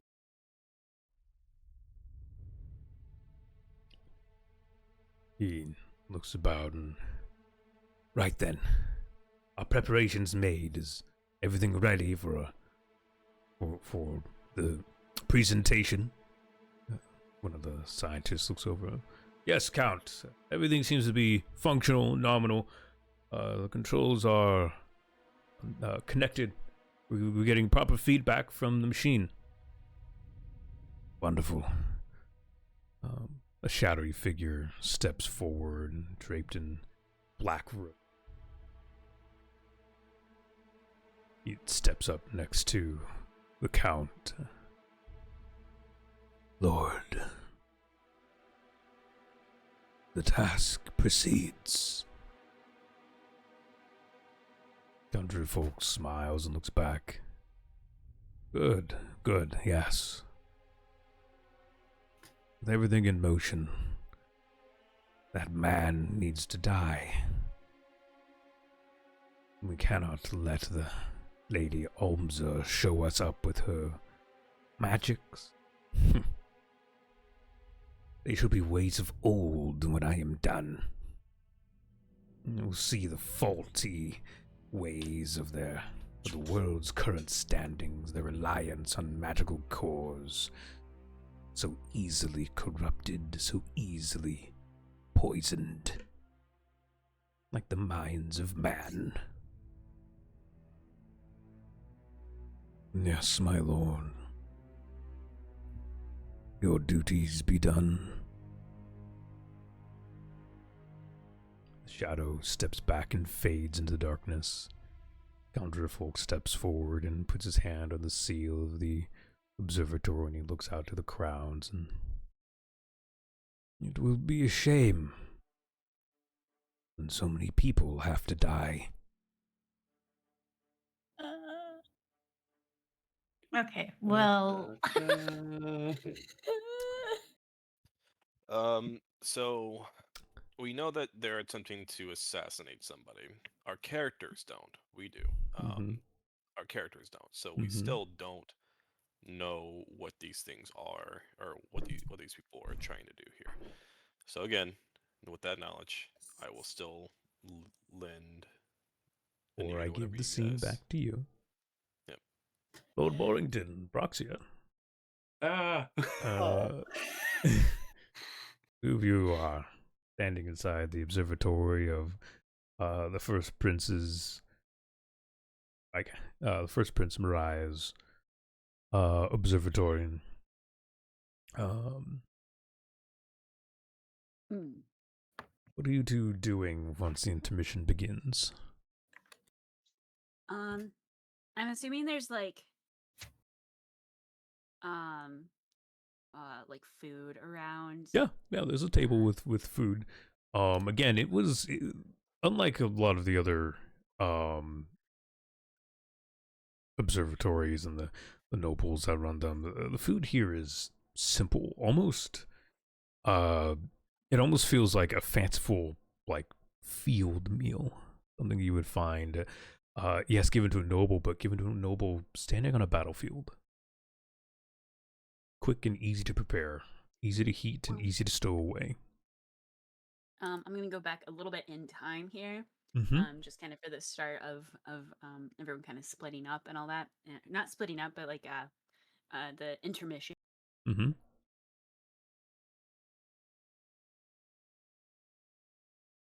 Walking around and stuff.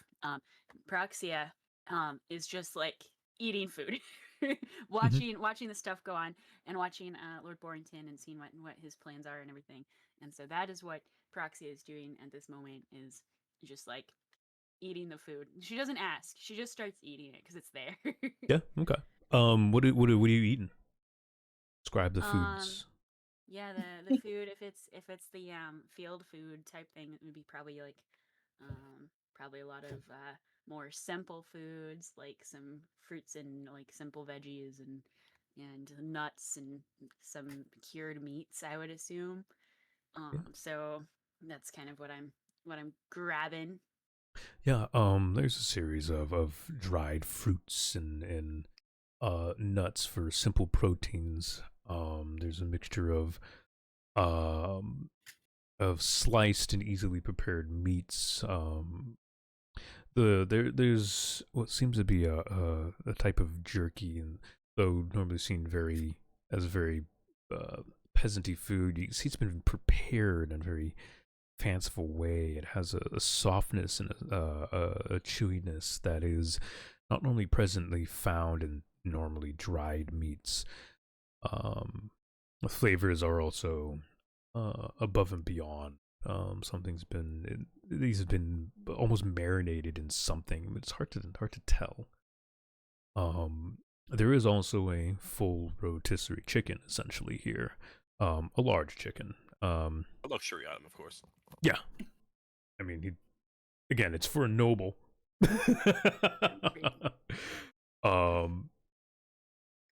So yeah, it's probably like it's barely chicken. It's like a 20 pound bird. It's big. I'm just like slowly passing off some of the food to oh my gosh, Borrington's assistant friend. I've forgotten. There is Horace and Farnir. Oh, the one with the bag. Which Horace. one has the bag? Horace the cat. Yeah, Horace. I'm slowly passing off food to Horace. I'm pretending to be sneaky. It's probably not very sneaky. I just take handfuls and I'm just eating it, and then I'll randomly just grab, give the Horace some food too. It's fine. Don't worry about it. Yeah, I mean, say you're plucking food off the table. You munch on some of it. You hand some to Horace. Horace in a shared means of he's fucking hungry. He'll put some in his bag and he'll eat some. Crunching of nuts and as he munches on dried food, and Farnir steps forward. Oh, that meat looks really delicious. Reaches up and, can I have some? He points to the marinated jerky. Oh, absolutely. Yeah, definitely. Here you go. Oh. A whole bunch, like a big handful. Anyway, he just clasps it between his hands, and for the first time, you see a parting in the bush-like fur that coats his face as his mouth opens wide, and he just shoves it all in and begins to chew.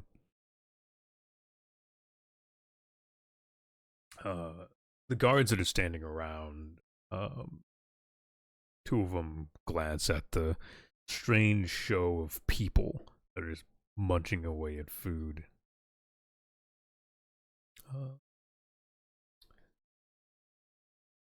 Before quickly snapping to attention as you hear the sound of plate armor stepping across the room towards you. Ah, I see you've found the food quite to your liking. Hmm? Yeah, it's real nice of you to offer this to your esteemed guest. I mean, this is pretty good stuff. I don't think I've had this before. It's a lot different from what I'm used to, that's for sure. And I just like shove some more meat in my face. Uh, Have a the great influence. the first prince looms over your shoulder for a bit. Yes, you're right. It is so very kind of me to present this to my guests, isn't it? Damn.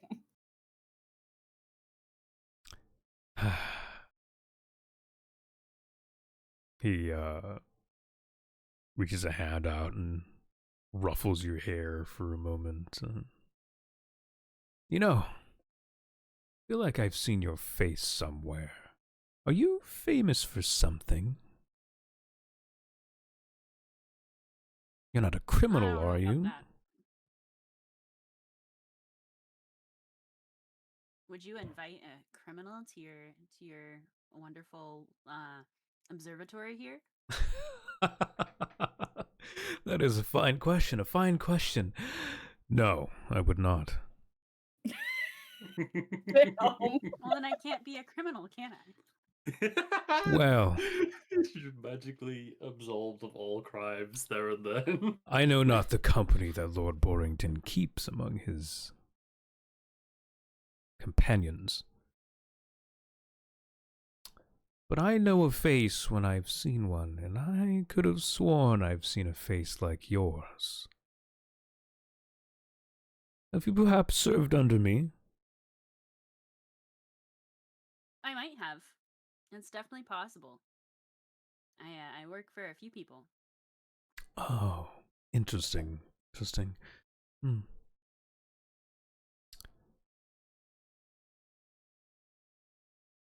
He looks at the... I've probably been here before. I definitely haven't been into this observatory before or eaten this food before, and I definitely have a face. That you do. That What you a do. weird thing to say. This interaction's my favorite so far. I'm just dying. I'm crying over here, you guys. He looks you up and down. Yes. You probably have served many men, haven't you? Oh god. Damn. A rightful stature for someone as Woo. filthy as you. No. Okay. If it wasn't for Lord Borrington and my interest in his standings, I'd slit your throat at this very table and bleed you like a pig.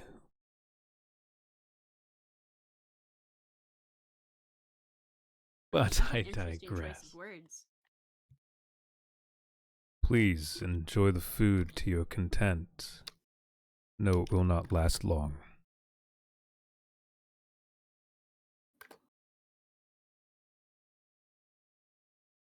He turns and walks towards the front of the observatory again.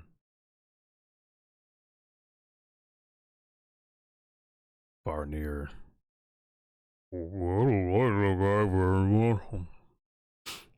He's following me.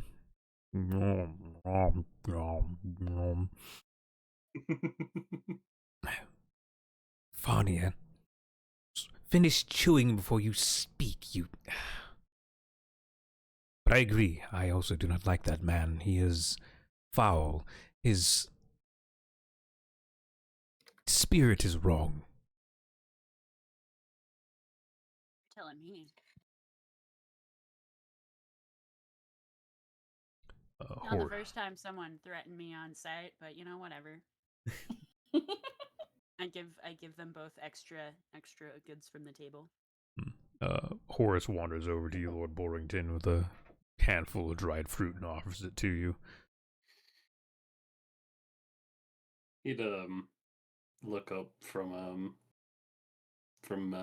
finishing a little prayer towards the griffin to help its spirit pass on, and we go, oh, yes, thank you for the, yes. Just Yeah. Dried delicacy, sir, my lord. Seems to be a common snack amongst mortals, though they have drained it of its life, unfortunately. That is what these mortals do, don't they? Drain the life out of everything for their own gain.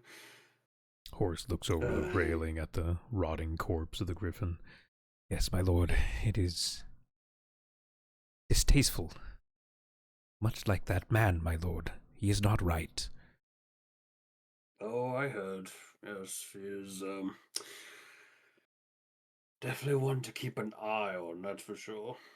Him and, well, everyone here, really. Of course. If need be, my lord, I could see about returning to the realm. I can send a missive and have eyes put on this man. No, we don't need to be too blatant. After all, we're supposed to be, well, we're not supposed to be meddling too much now, are we? Well, yes, my lord, but yes, my lord, as you say. It is not our place to meddle in mortal affairs.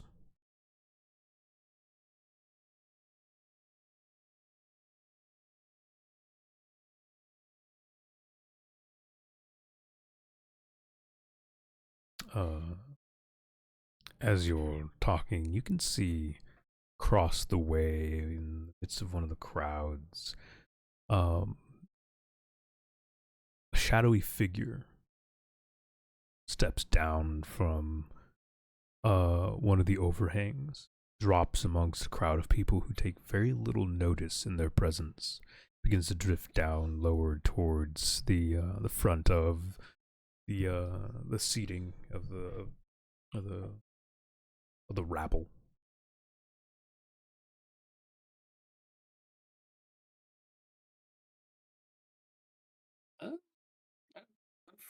Keep an eye on him.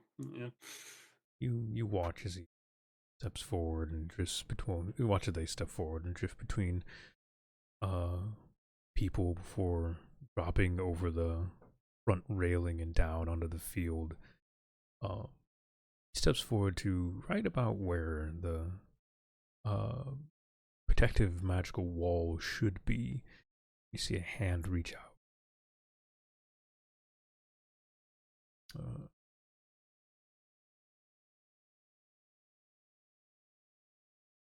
From the back, you hear Barnier speak up. Lord Borrington, something smells funny. What kind of way, Varney? The magics, me lord. The magics smell weird. One of the guards looks at Farnier and then looks at Borrington.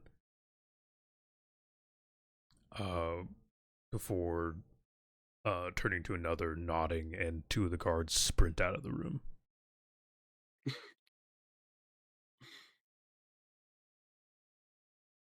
Well, would appear you've alerted the guards to something amiss there, Farney. Good job.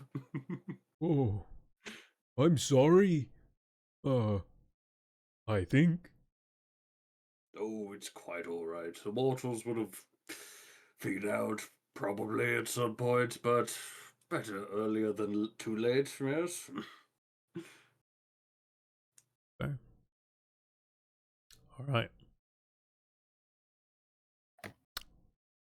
There is a 4-part clock currently ticking. What would you guys like to do?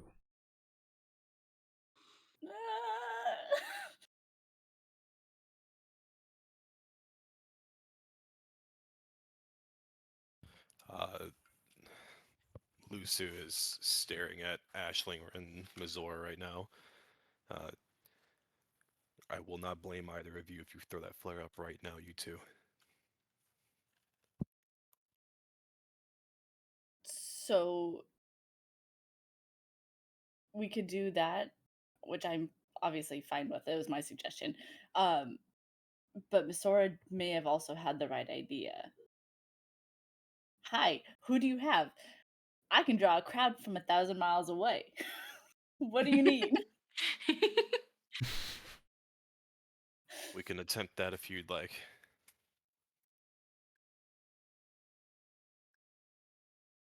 We Do just I need- need to do anything to other than like come up with what I think we should do for like a show? I mean, it's up to you. What are you doing? I can What only are you imagine doing? we're attempting to get Ashling to tell a story, right? And don't forget, if I you was gonna really say just want if to make sure you succeed, you just pop a Fabula point Yeah. as well. Yes. Yeah. Yeah. I still haven't used many my Fabula points. So I was thinking if we did like some sort of play and I can, kind of create props. But question, we have like not very long to do all this. Correct. She could spend a Fabula point to find props, right? Yeah. Y- You can spend a Fabula point to do just about everything, so. Yeah. Fabula points to make the play. Go. Are you spending a Fabula point? Yeah, I can. Okay. Do so. Reduce it from your points. So what exactly are you using this for? Like you're wanting to make this play. What is it? What is the play? I mean, we could just do a more of a fairy tale esque, I guess, but of how me and Ashley met, where a cute little person gets summoned to be a friend of a fairy, and they go on adventures and. Aww. Okay. Come on, come on. It's Yes! not Conceive hard an to. amazing story. I It's not. will Yeah, we've got it for leave fun it if up you to want to pick it. Ashley to come up with the title. Okay. Yeah, it's not hard to find a nearby wooden stage, and shifting around some quick props. A couple of people are used at the sudden movements of a couple of people on a unused stage. One of them stops and uh, nudges another. Isn't that the storyteller from the bazaar? Ah, yes, Oh. yes. I'd recognize the great Ashley. Quick, go grab the children. I want to hear whatever story she's telling. The man wanders off and returns with a little boy and a little girl. For long, a couple other people are poking about. Ashling, I guess, what is the tale you're telling? Come, come, children, while I tell you the tale of the. You're just a person in this, right? We're not saying. Yeah, we're anything. Yes. yes, we're leaving the demon part out of this. I Far out mean, of this, I got it. assume you're not using either of your You real could- identities. Yeah, you Correct. You could like say like a little mini woodland creature thing, I guess. Like a stick figure person. Come hear the tale of the pixie and the I don't actually know how common pixies are in this, but come hear the story Anything of is possible. you're Um, not wrong. the Fae would be fairly uncommon in the normal world, though they are known to exist. And again, the weird do wander on occasion. There's an old tale of a very frolicky tree folk who used to visit the cities and towns and the Great Plains, um, carrying knowledge of the fields and whatnot, that grew quite popular. So whether they're true or not was never something you could confirm.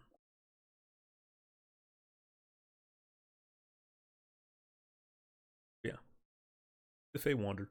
The Fae exist. Beautiful. What? No way. You don't say. Mhm.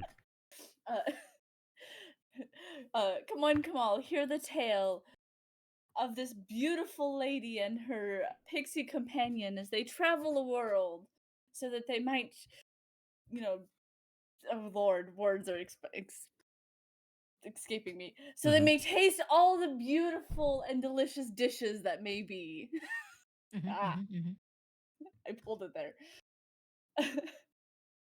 And come hear how they tackled the mean and vicious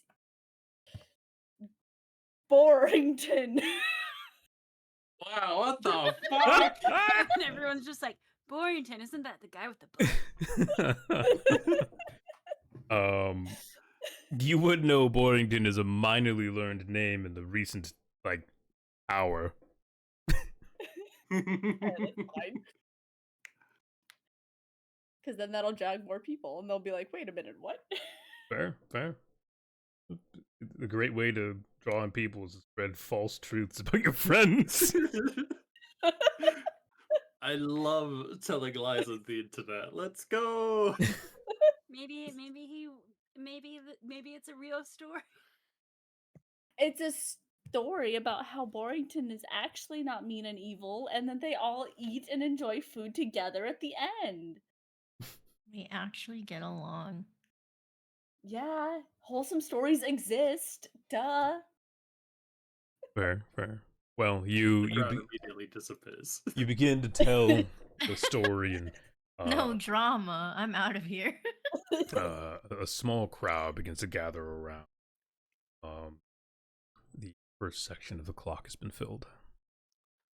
All right. While the crowd is all focused on this play, Lusu will take the initiative and attempt to. When we're looking at the shadow figures, does it seem like they're convalescing on a singular point, or can I tell where they're attempting to kind of head Um, towards?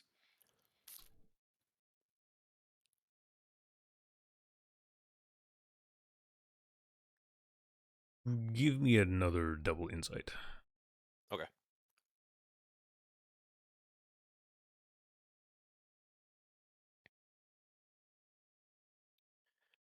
Sorry, I'm trying to pull it up. You good? I just do. It'll be ability, Oh, here we go. insight. Insight. There we go. Okay. Real.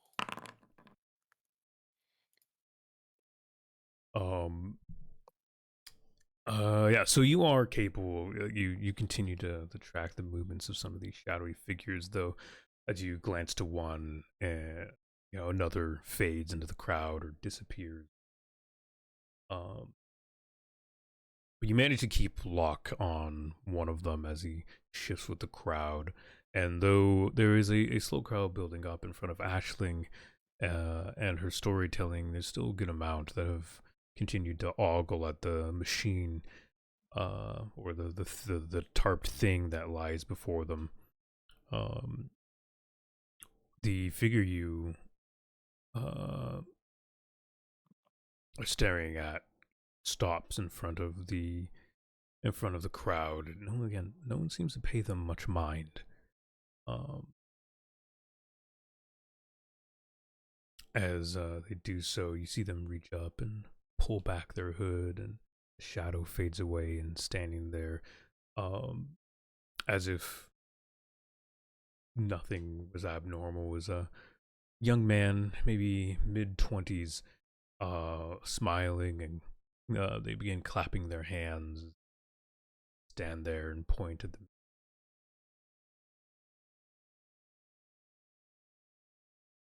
Uh, Lusu will slowly inch up behind this young man that just unveiled himself. Mm-hmm. Um,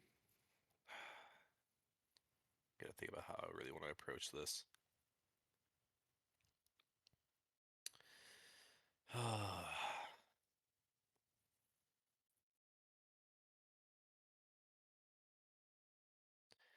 Fuck it.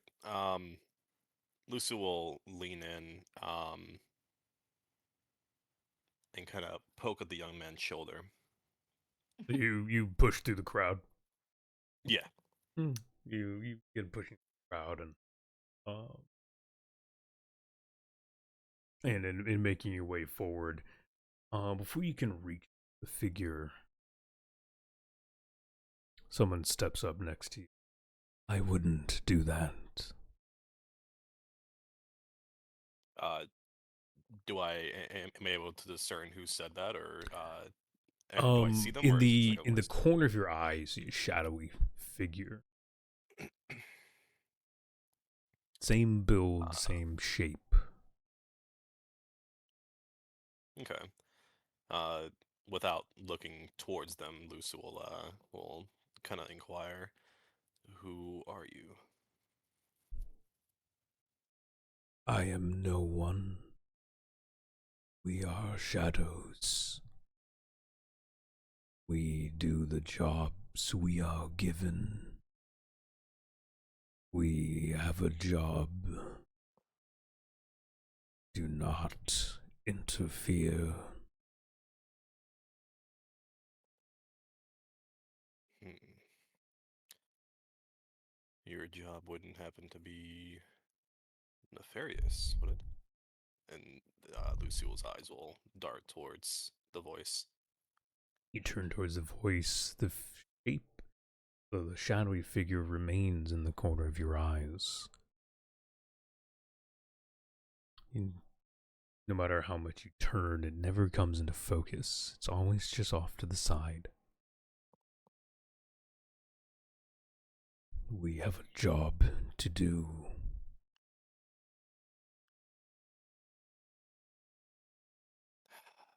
Lucy sighs.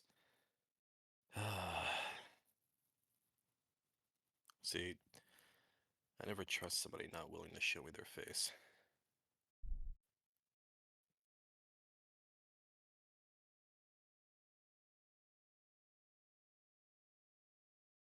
Any reaction, or still No, just silence? he says Okay. nothing. Okay, I'll go ahead and I think at this point it's fairly obvious that their intentions are nefarious and something bad is about to happen. At this point, I will now throw up the flare. Okay, you throw up the flare. Uh, with a loud cracking, colorful fireworks noises, the little egg flies into the air and pops. Um, the people around you immediately are startled as the series of colors and whatnot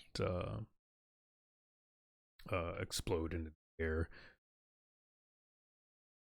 The couple guards on this side arm them. So you see swords drawn and spear or two lowered at the ready.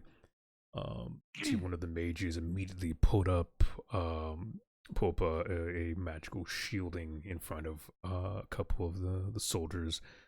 Um, the shadowy figure, one of your eye, disappears.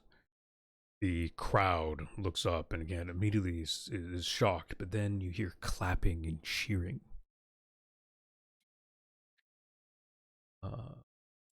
And some of them have taken it for a firework. The young men who I saw take their hood off, are they still visible? They are gone. Um, Second part of the clock has been filled. Misora will nudge at Ashling. He did the flare. Should we just play it off? Play it off. Yes, Ashling in the distance, the loud cacophony of one of the flares goes off. A mixture of color blasts into the sky. You're in the middle of storytelling. What do you do? I let out a loud gasp, like over exaggerated. Then I grab Misora's and mine and throw them both up at the same time. So they both go off at the same time, and then immediately grab Misora's arm and run towards Lusu. Ta-da! We disappeared. With a It loud, was all part of the plan. with a loud, colorful boom, two more eggs pop into the sky. Again, the crowd of people ooh and ah and begin to clap as fireworks begin to go off. Odd. A couple of the guards again in front of the machine step forward and begin pushing people back from the tarp and forcing passerbyers to move on. Two of them with swords begin to push through the crowd as they move towards the play stage that Misora and Ashling were just on. A lot of the crowd is now looking up and around, trying to find where these fireworks are coming from and hopefully catch more. Lord Borington, you hear the loud crack and pop of what sounds like explosions. You see a flash of color reflecting off of some bits of metal.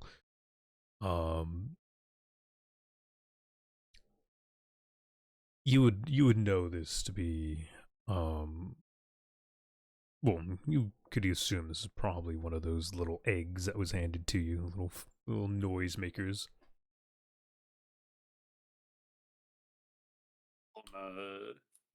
Hearing it, I'd probably turn to Proxia and well, it would appear we are needed somewhere for the time being.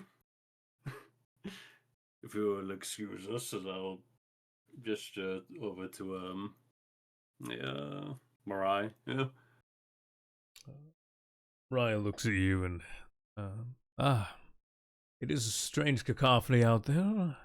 I did not hear there were plans for any fireworks at this celebration.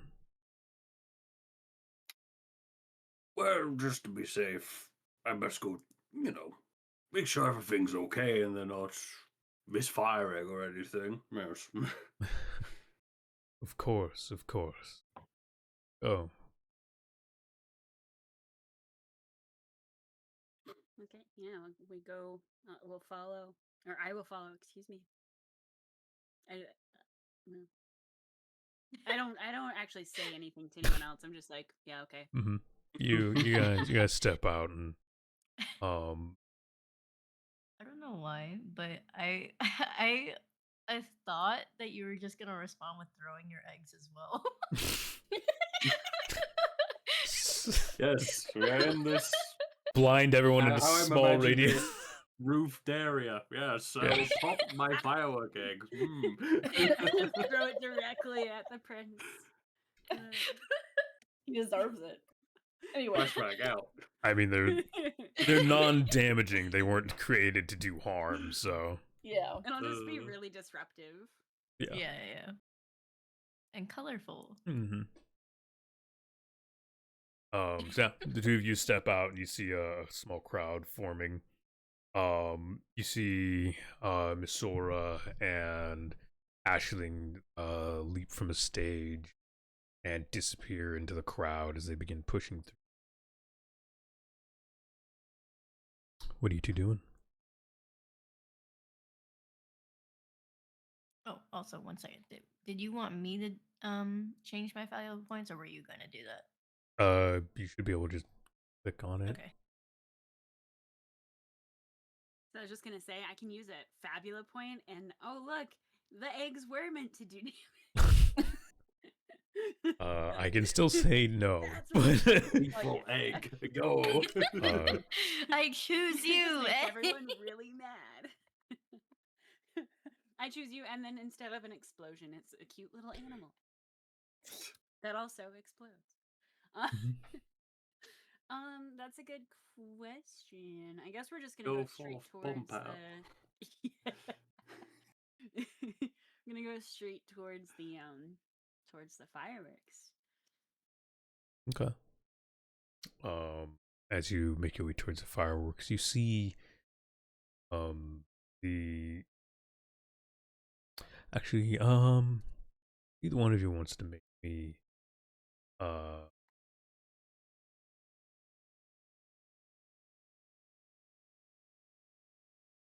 yeah, give me an int. Either one of you, give me an observation. I'm just gonna use int for observation. Do you mean insight?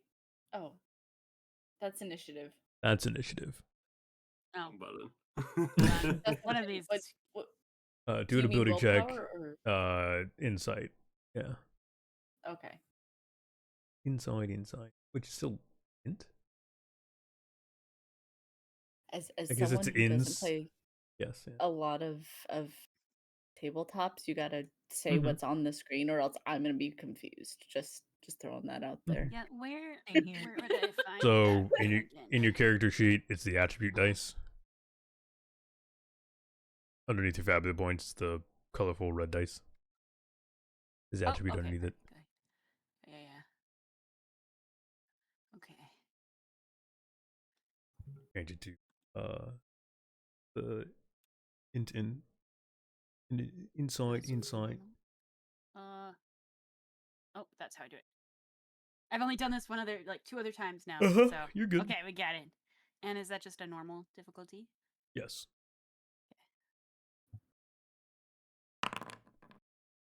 No. I'm really dumb. You could use a fabulous point to reroll if you'd like. You know what? I will. Or actually. you got So a I've got couple here. 9. You could use a fabulous point to invoke.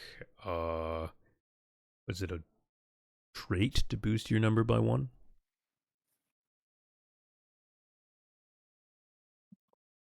Which would make it a 10, which would make it a pass.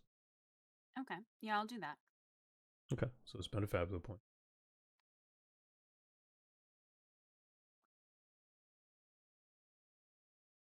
Oh, I see. Okay. Here, I'll do this. I'll do it the correct way. Yes. There we go. Now it shows up in the little thingy. Fantastic. And then I guess which of your traits are you?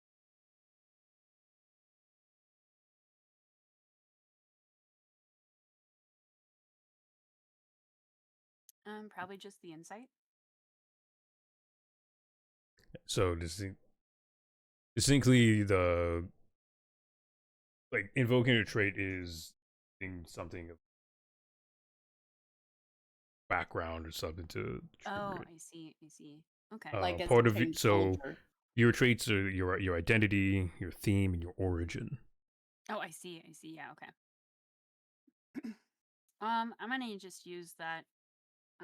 My kind of identity and background with the monster hunting and trying to be more observant on things. Yep. Your keen eye to find small details, to see hide and shell and things and predators stalking you as you stalk them. The corner of their eye, you see under one of the nearby his bleachers, stands, seating areas, the glistening of crumpled armor. 2 guards who had left lay in a pile off to the side, tossed into the shadows where no one should see them. I gesture to Lord Borrington and kind of point it out. I gesture. I jested to Lord Yeah, Warrington. is this the new shtick? Yes. Anything The happens, new- What you mean, I yeah. jested to Lord Warrington.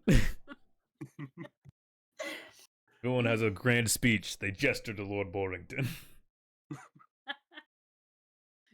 Oh, would appear that the mortals have killed them. There, have killed each other amongst themselves. Yeah, it's a little suspicious. I don't think they're supposed to be dead. I think they're supposed to be alive. Oh, right. This is so- supposed to be one of them Mhm. non-fighty event things. Yes, yes. Yeah, I I do think the suppose fighting there's is probably supposed to be- something amiss. Yeah, I think there might be something a little wrong here because I think the fighting isn't supposed to kill people. At least that's what it seems like. I mean, I could be wrong. I haven't been here too many times, so I mean, maybe they've changed things up. But I think that dead people under the stands here is probably bad. So we should probably tell our friends that when we meet up with them. Lord Warrington, I don't want to interrupt, but it's that smell again. Maybe it's the prince. I think he's kind of stinky. No.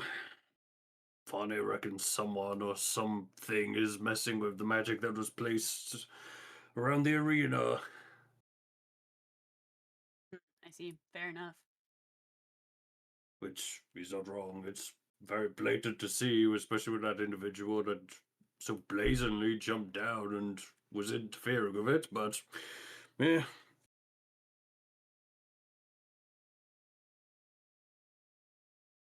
I suppose whoever they are with probably dealt with these two.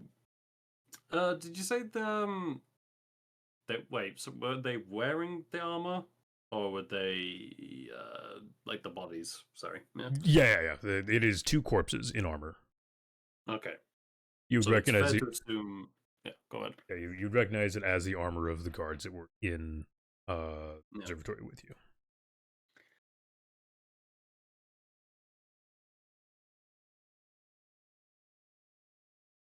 It's definitely fair to assume that some mortal is doing some scheming to get rid of some other mortals. Yes.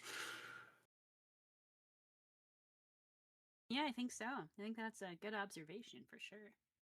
Who? It is obviously not my place to interfere, but well, who do you reckon we should go tell about this? Because it's not exactly good for anyone. I mean, there's probably more guards nearby, so we could probably tell them on our way to go Sure. meet up with our friends here. Maybe that's why they're throwing those flares too. Mm-hmm. Maybe they already know. I guess we'll find out. There is also there are 3 heroes of old. Well, yeah, Lord Warrington would understand they're powerful. 3 heroes of old in the center observatory that you can also attempt to communicate 3 with. youngsters of yesterday. three mortal little piddly night bitches of playground time. Hooray!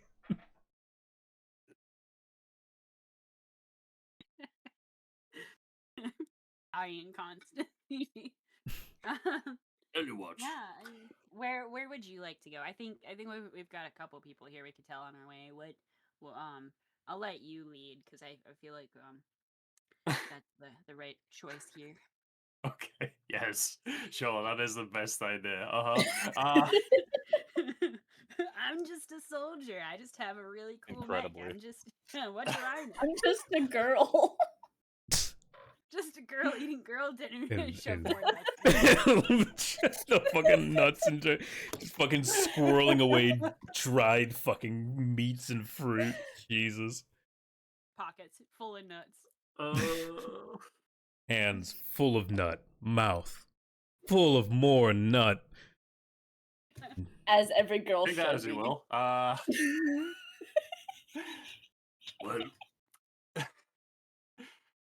considering that the gods there were gonna do something about it already dead, why don't we go tell someone a bit more experienced, yes? Like those adventurers in the stands, yes. Oh, sure. Sounds good to me. I mean, the guards clearly aren't really doing so great anyway. I mean, they'll probably... I feel like if someone could just kill a bunch of guards like that anyway, maybe they're not the best ones to tell. So I agree. Let's go. Would you like to spend a Fabula point? You want to try and get your way into the observatory? Sure. Yeah, since I'll lead in the way, I'll burn a Fabula point. Okay. Bop. As you move towards the center observatory, you see the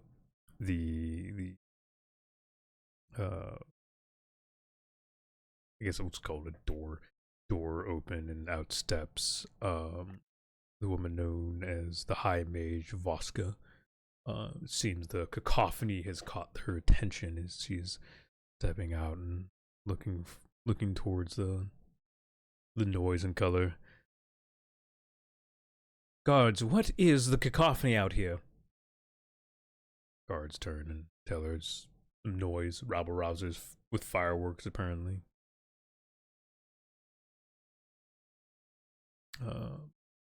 She turns and sees the two of you approaching. And who might you be? You are not beast folk.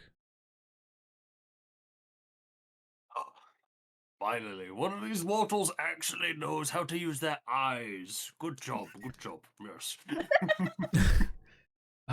yes. Yes.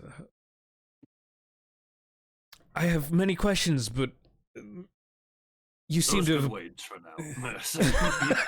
she looks at you a little taken aback by the... Yeah, shut up. Apparently so. I assume you approached me with a purpose. Well, I apologize, firstly, for being rude and interrupting you there, but... Well, it would appear that there is some shadowy business going about. We found a couple of the guards dead, and, well, let's just say I don't like what's going on, shall we say, yes. Guards dead? What do you mean? Take me there. I'll gesture for her to follow me, I guess, yeah. So she does. You're learning. One of the guards peels away as well and falls alongside her. You notice, actually, not even, Proxia, Zeus chimes in again. It seems they take their security quite intensely. You're being followed.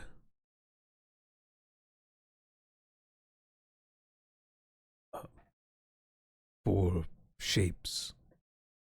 I'm not sure what they are. Shadows.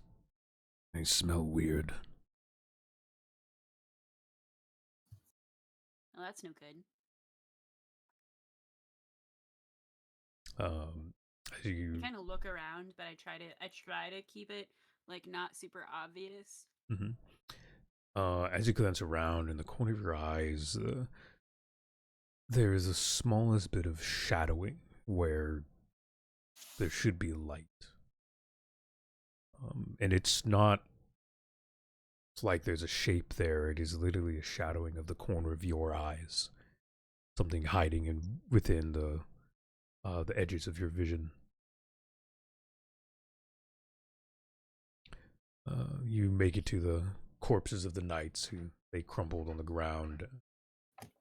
Voska steps forward and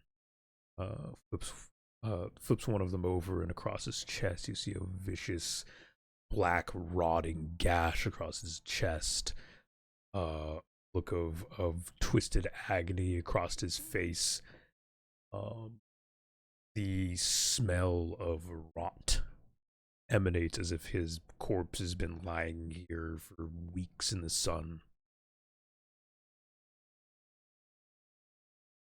Immediately, Voska steps back and covers her nose.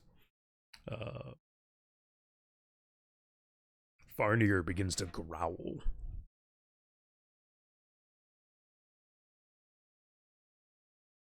Such disgusting magic. You would be most right. Voska looks at you. What do I call you?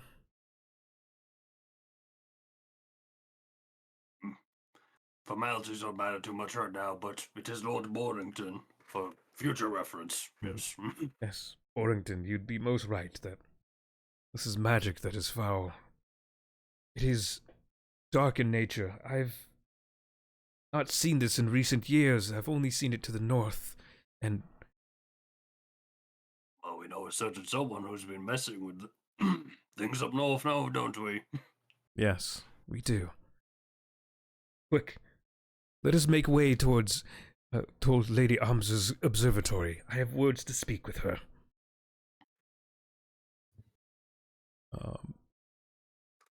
The third tick of the clock.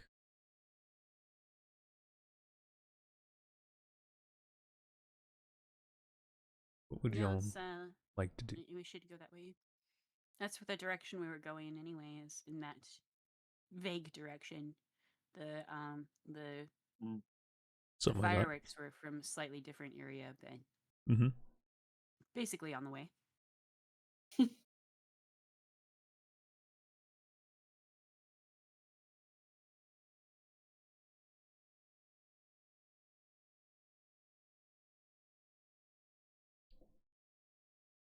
Is there one more thing someone would like to attempt?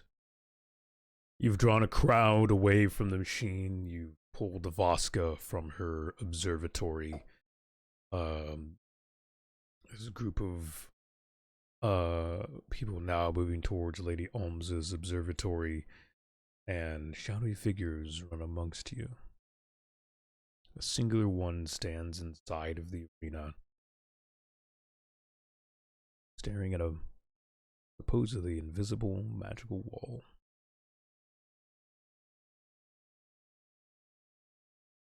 Do Lord Borrington and I see the person in the arena with the wall? Not anymore.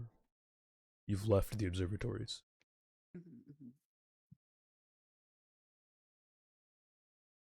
We'll be going back into one though, but yeah. Lusu. I did actually say about him earlier. But, yeah. Yeah, you did. Lusu, Ashling, and Misora.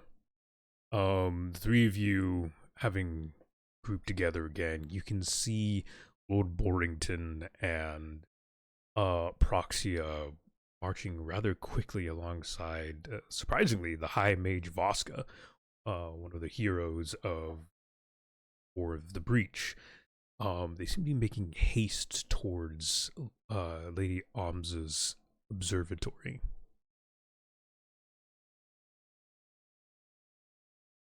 I suppose that's our cue to also head there too. Agreed.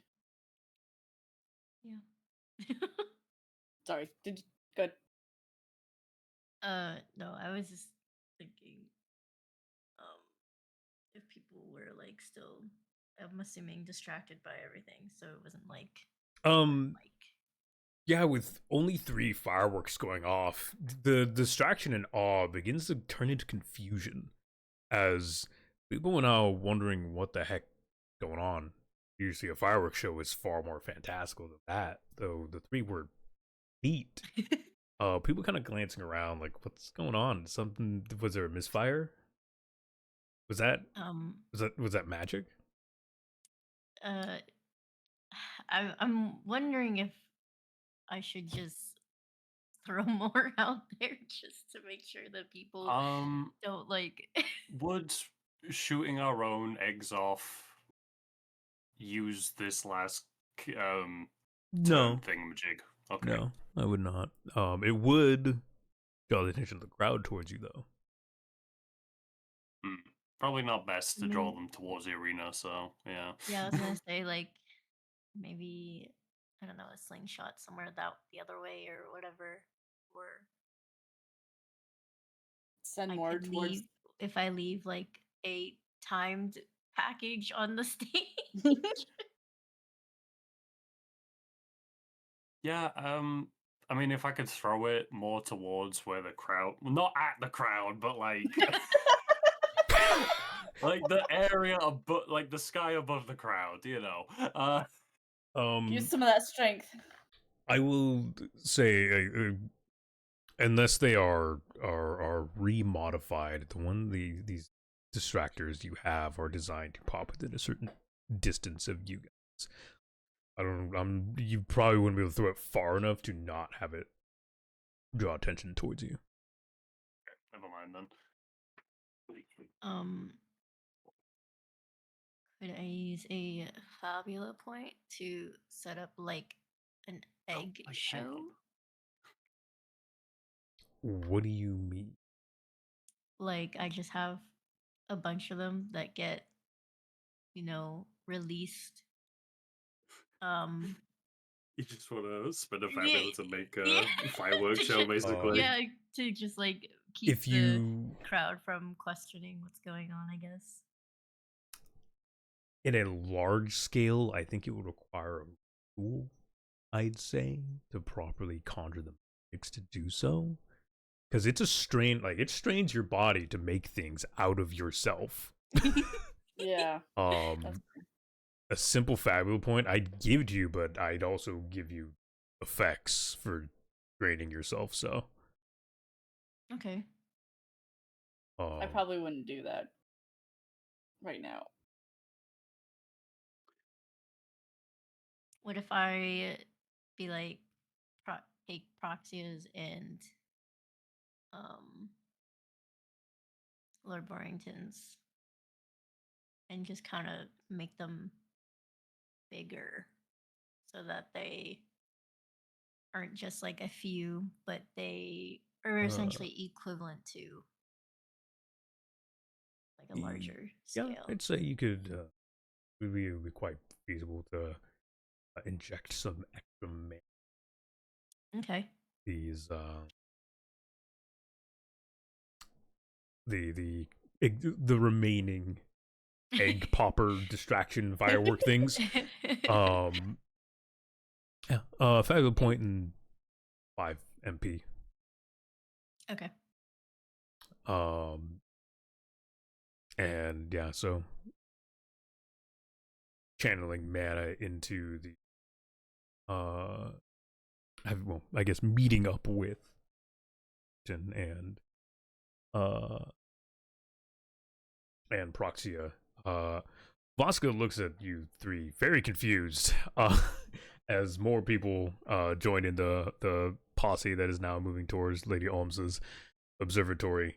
But she doesn't give time to question anything as you walk up and scoop up the eggs and infuse them with mana.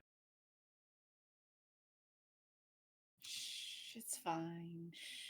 Is anyone else doing anything?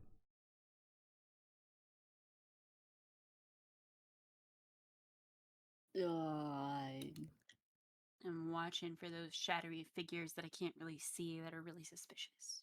Okay.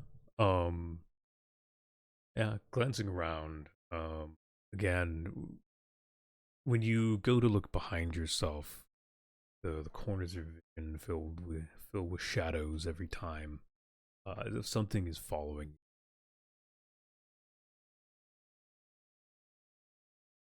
Lusu, you see the background series of figures shifting through the crowd. They seem to be making their way towards, well, your group. Am I close enough to everybody to give everybody a heads up, or? Yeah, you guys are all next to each other. Okay, I'll call out. Hey guys, we might have company. Oh, I don't know what you mean. Oh, and I'd bear hug everyone to pull them in close. Okay. Oh, it's great to see you all. Yes, yes. Keep an eye I- out. We might have demons about. Oh, ho, ho. I Uh, kind of nod. I'm like, yeah, yeah, Lazus kind of says we're being followed too, so that's suspicious. But I'm like really quiet. as the as Lord Borigin scoops all of you up into his arms and presents a loud, boisterous bear hug, the High Mage Voska continues to move forward, making their way up into observatory. The four figures, you see them break away into the crowd again, shifting away and disappearing into different directions.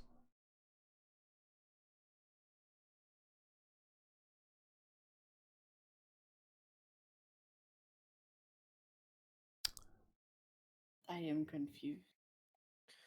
I Thank they may you, be trying adventurer. to Your follow is much either confuse appreciated. us or attack us from a advantageous position, or they have other objectives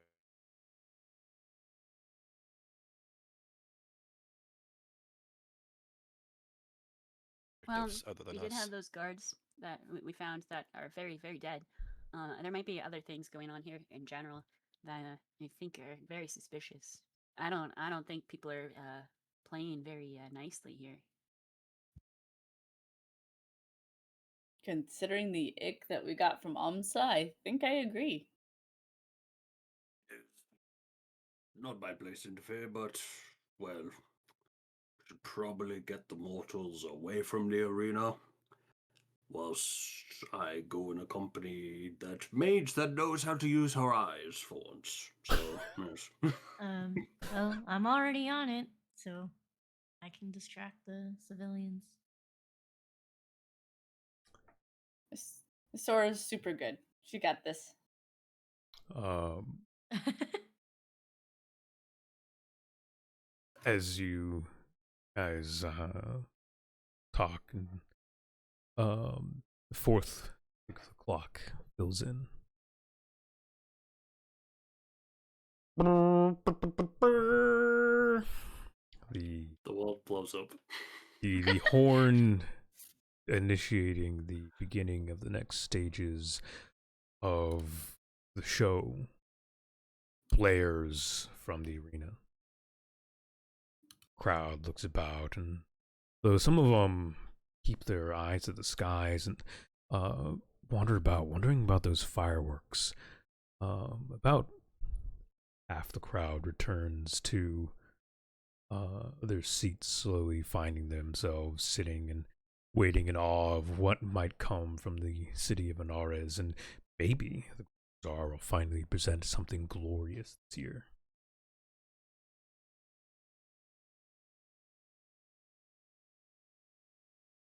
What do you guys do?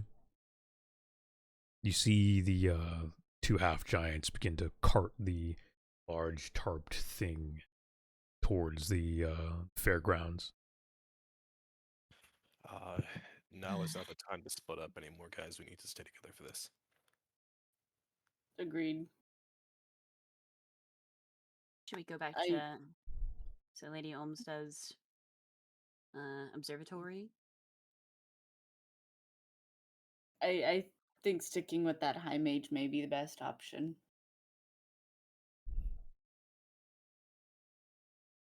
Well, and I think she's headed to Lady She is in Olmsted's. Lady Alms's Mhm. observatory. Yeah, yeah. So, yeah, let's go there. Okay. The five of you wander and make your way into Lady Alms's observatory, which you hear the raised voice of the High Mage Voska and Lady Almsa bickering back and forth. It is no wonder that we found taints similar to the magics you've been practicing with on two bodies of guards belonging to the first prince himself. Explain this to us. Lady Almsa smiles and seems rather nonchalant. My dear Vaska, I know not what you speak of. The magics I study are not to be used to harm man. These are magics that are built and designed for anti-demon and magical creatures.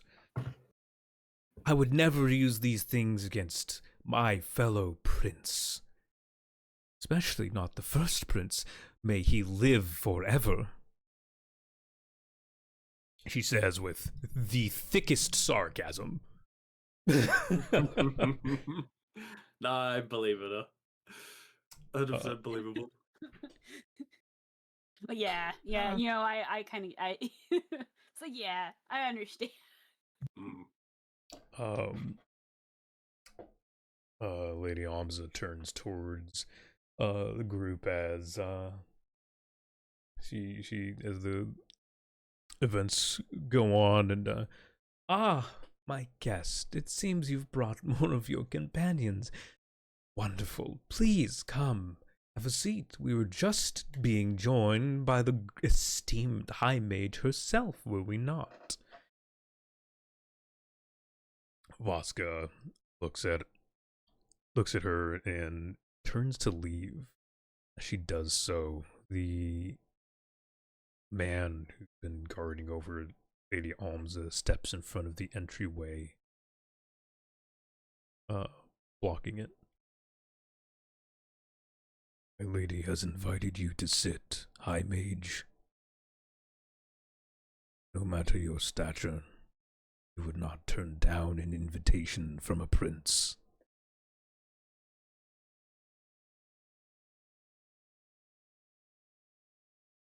I lean over to Lord Borrington. I'm like, I think I've turned down. I think I turned down a prince already. You have indeed turned down an invitation from a prince. I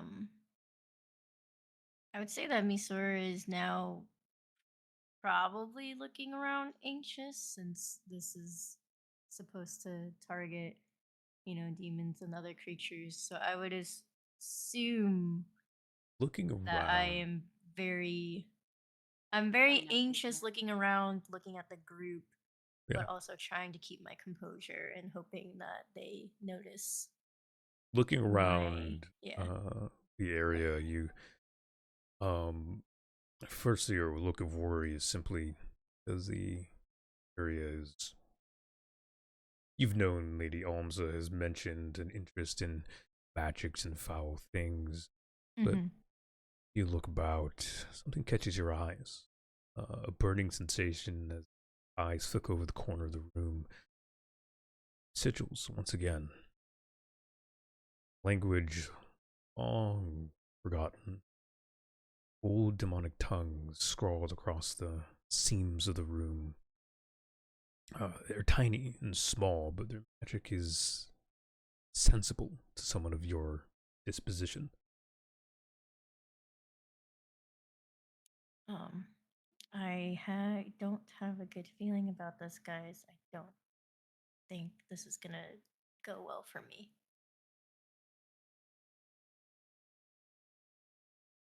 Don't worry, we'll protect you.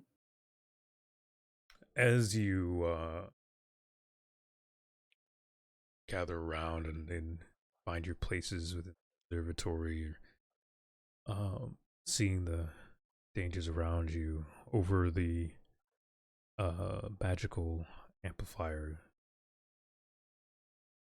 Ladies and gentlemen, boys and girls, it is my pleasure as third prince of the principalities of Jord Erda to give you the future of warfare. The That's never good. two half giants,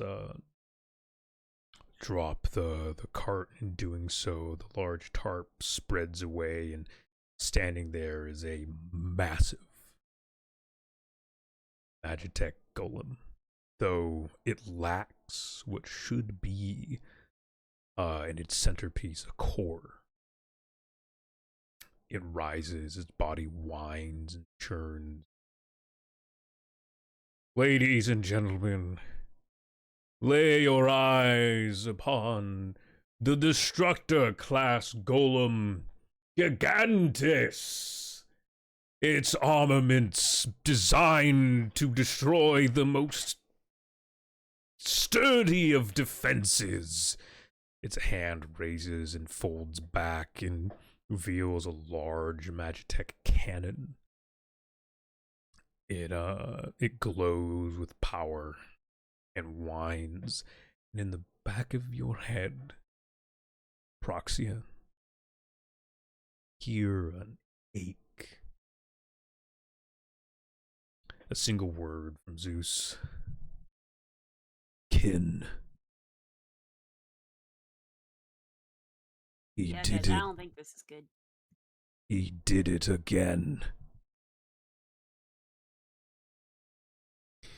Machine churns and waves around its hand. The crowd looks surprised and wide-eyed at something as massive I as love this. it when machine chirp. Sorry, the Discord does Yeah, not like go to you. Discord. Yeah, the machine. I mean, it's been good this whole time. But yeah. It churns and twirls around, waving its large cannon. Its other hand shifts and churns into a massive blade that Oh. scrapes I had to jinx it, didn't I? Yeah. Jesus Christ. its other hand turns into a massive blade and scrapes along the ground, kicking up dirt and mud. The low whine begins to charge. It grows louder and louder. I'd Mage Fosca, who had been still berating Lady Almza, stops. Stops for a moment, then looks and stares. Where is the magical barrier? The whining stops. The bright glow erupts, streaking across the crowd, blasting through the seatings and the arena around. Streaks a bright blue beam of magical energy. It whips towards the observatory of the first prince and annihilates it.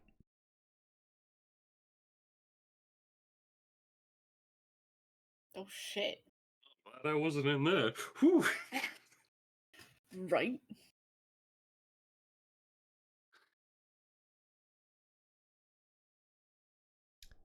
I recommend we should all probably get down from here. Yes. Yeah, I think there's some dead people. The time to leave is now, guys. Yes. We should. Fireworks now. Yeah, should I just set uh, off what I had I was holding on to right now? So fucking rude. Distraction. Lady I like that Almza idea. seems not surprised in the slightest. For a moment, the smile of glee and pleasure and satisfaction stretches across her face. Then the cannon keeps moving, the beam keeps sweeping. It annihilates the next observatory. High Mage Voska steps forward, reaching out her hand. A staff conjures from the midst of the air as she deploys a magical barrier over where the other heroes of old are seating before the beam crosses, annihilates the shield, and destroys anything that would have been there. Turns to the group of you. Get behind me. She deploys a barrier in front of her as the beam crosses your paths. And the world in front of you is disappeared into bright light.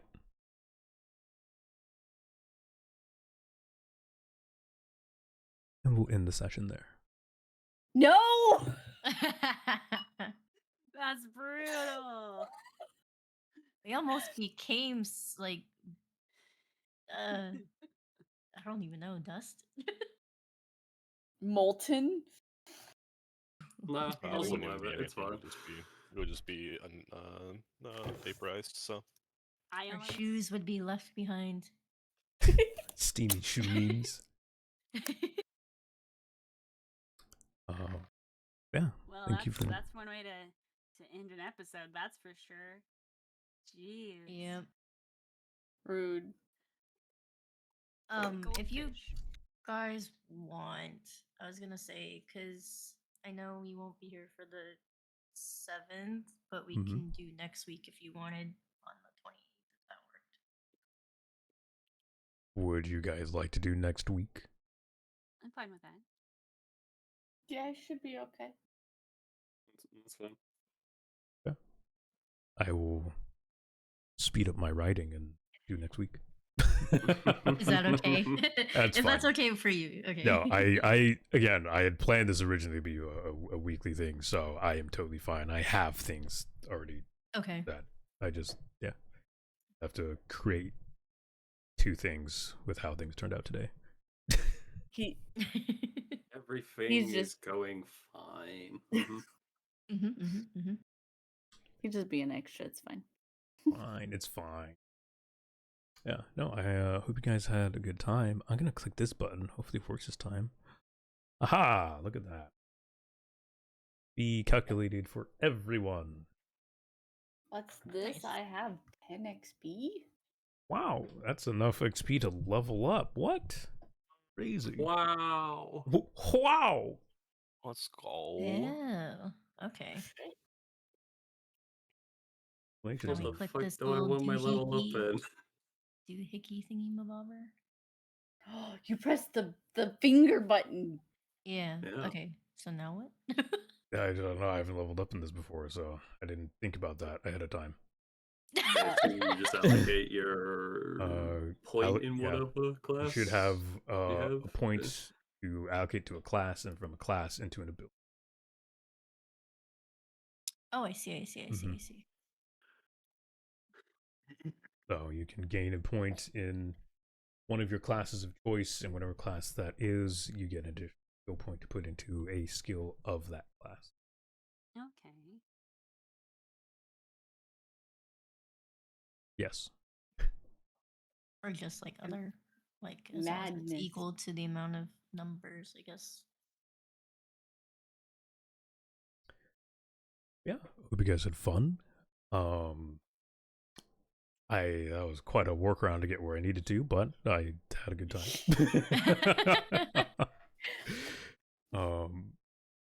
Yeah, I will see you guys next hostage. But yeah, thank you for joining. And That was good. That was a good Yeah, session. enjoyed it. Yeah. Thank you for the session. I will catch you guys later. See you. Bye. Bye. Bye bye. Bye everyone. All right, chat. It has been a blast. I definitely forgot to put music on for the last little bit, by the way. It's supposed to be way more dramatic. It's fine. Don't worry about it. But yeah. No, that was Fabula Ultima episode 2. Get into the meat of things. The party is unknowingly chosen a couple of paths for people around them, and weirdly saved a life. I wasn't planning Voska to live, but fuck it. Fuck it, sounds good.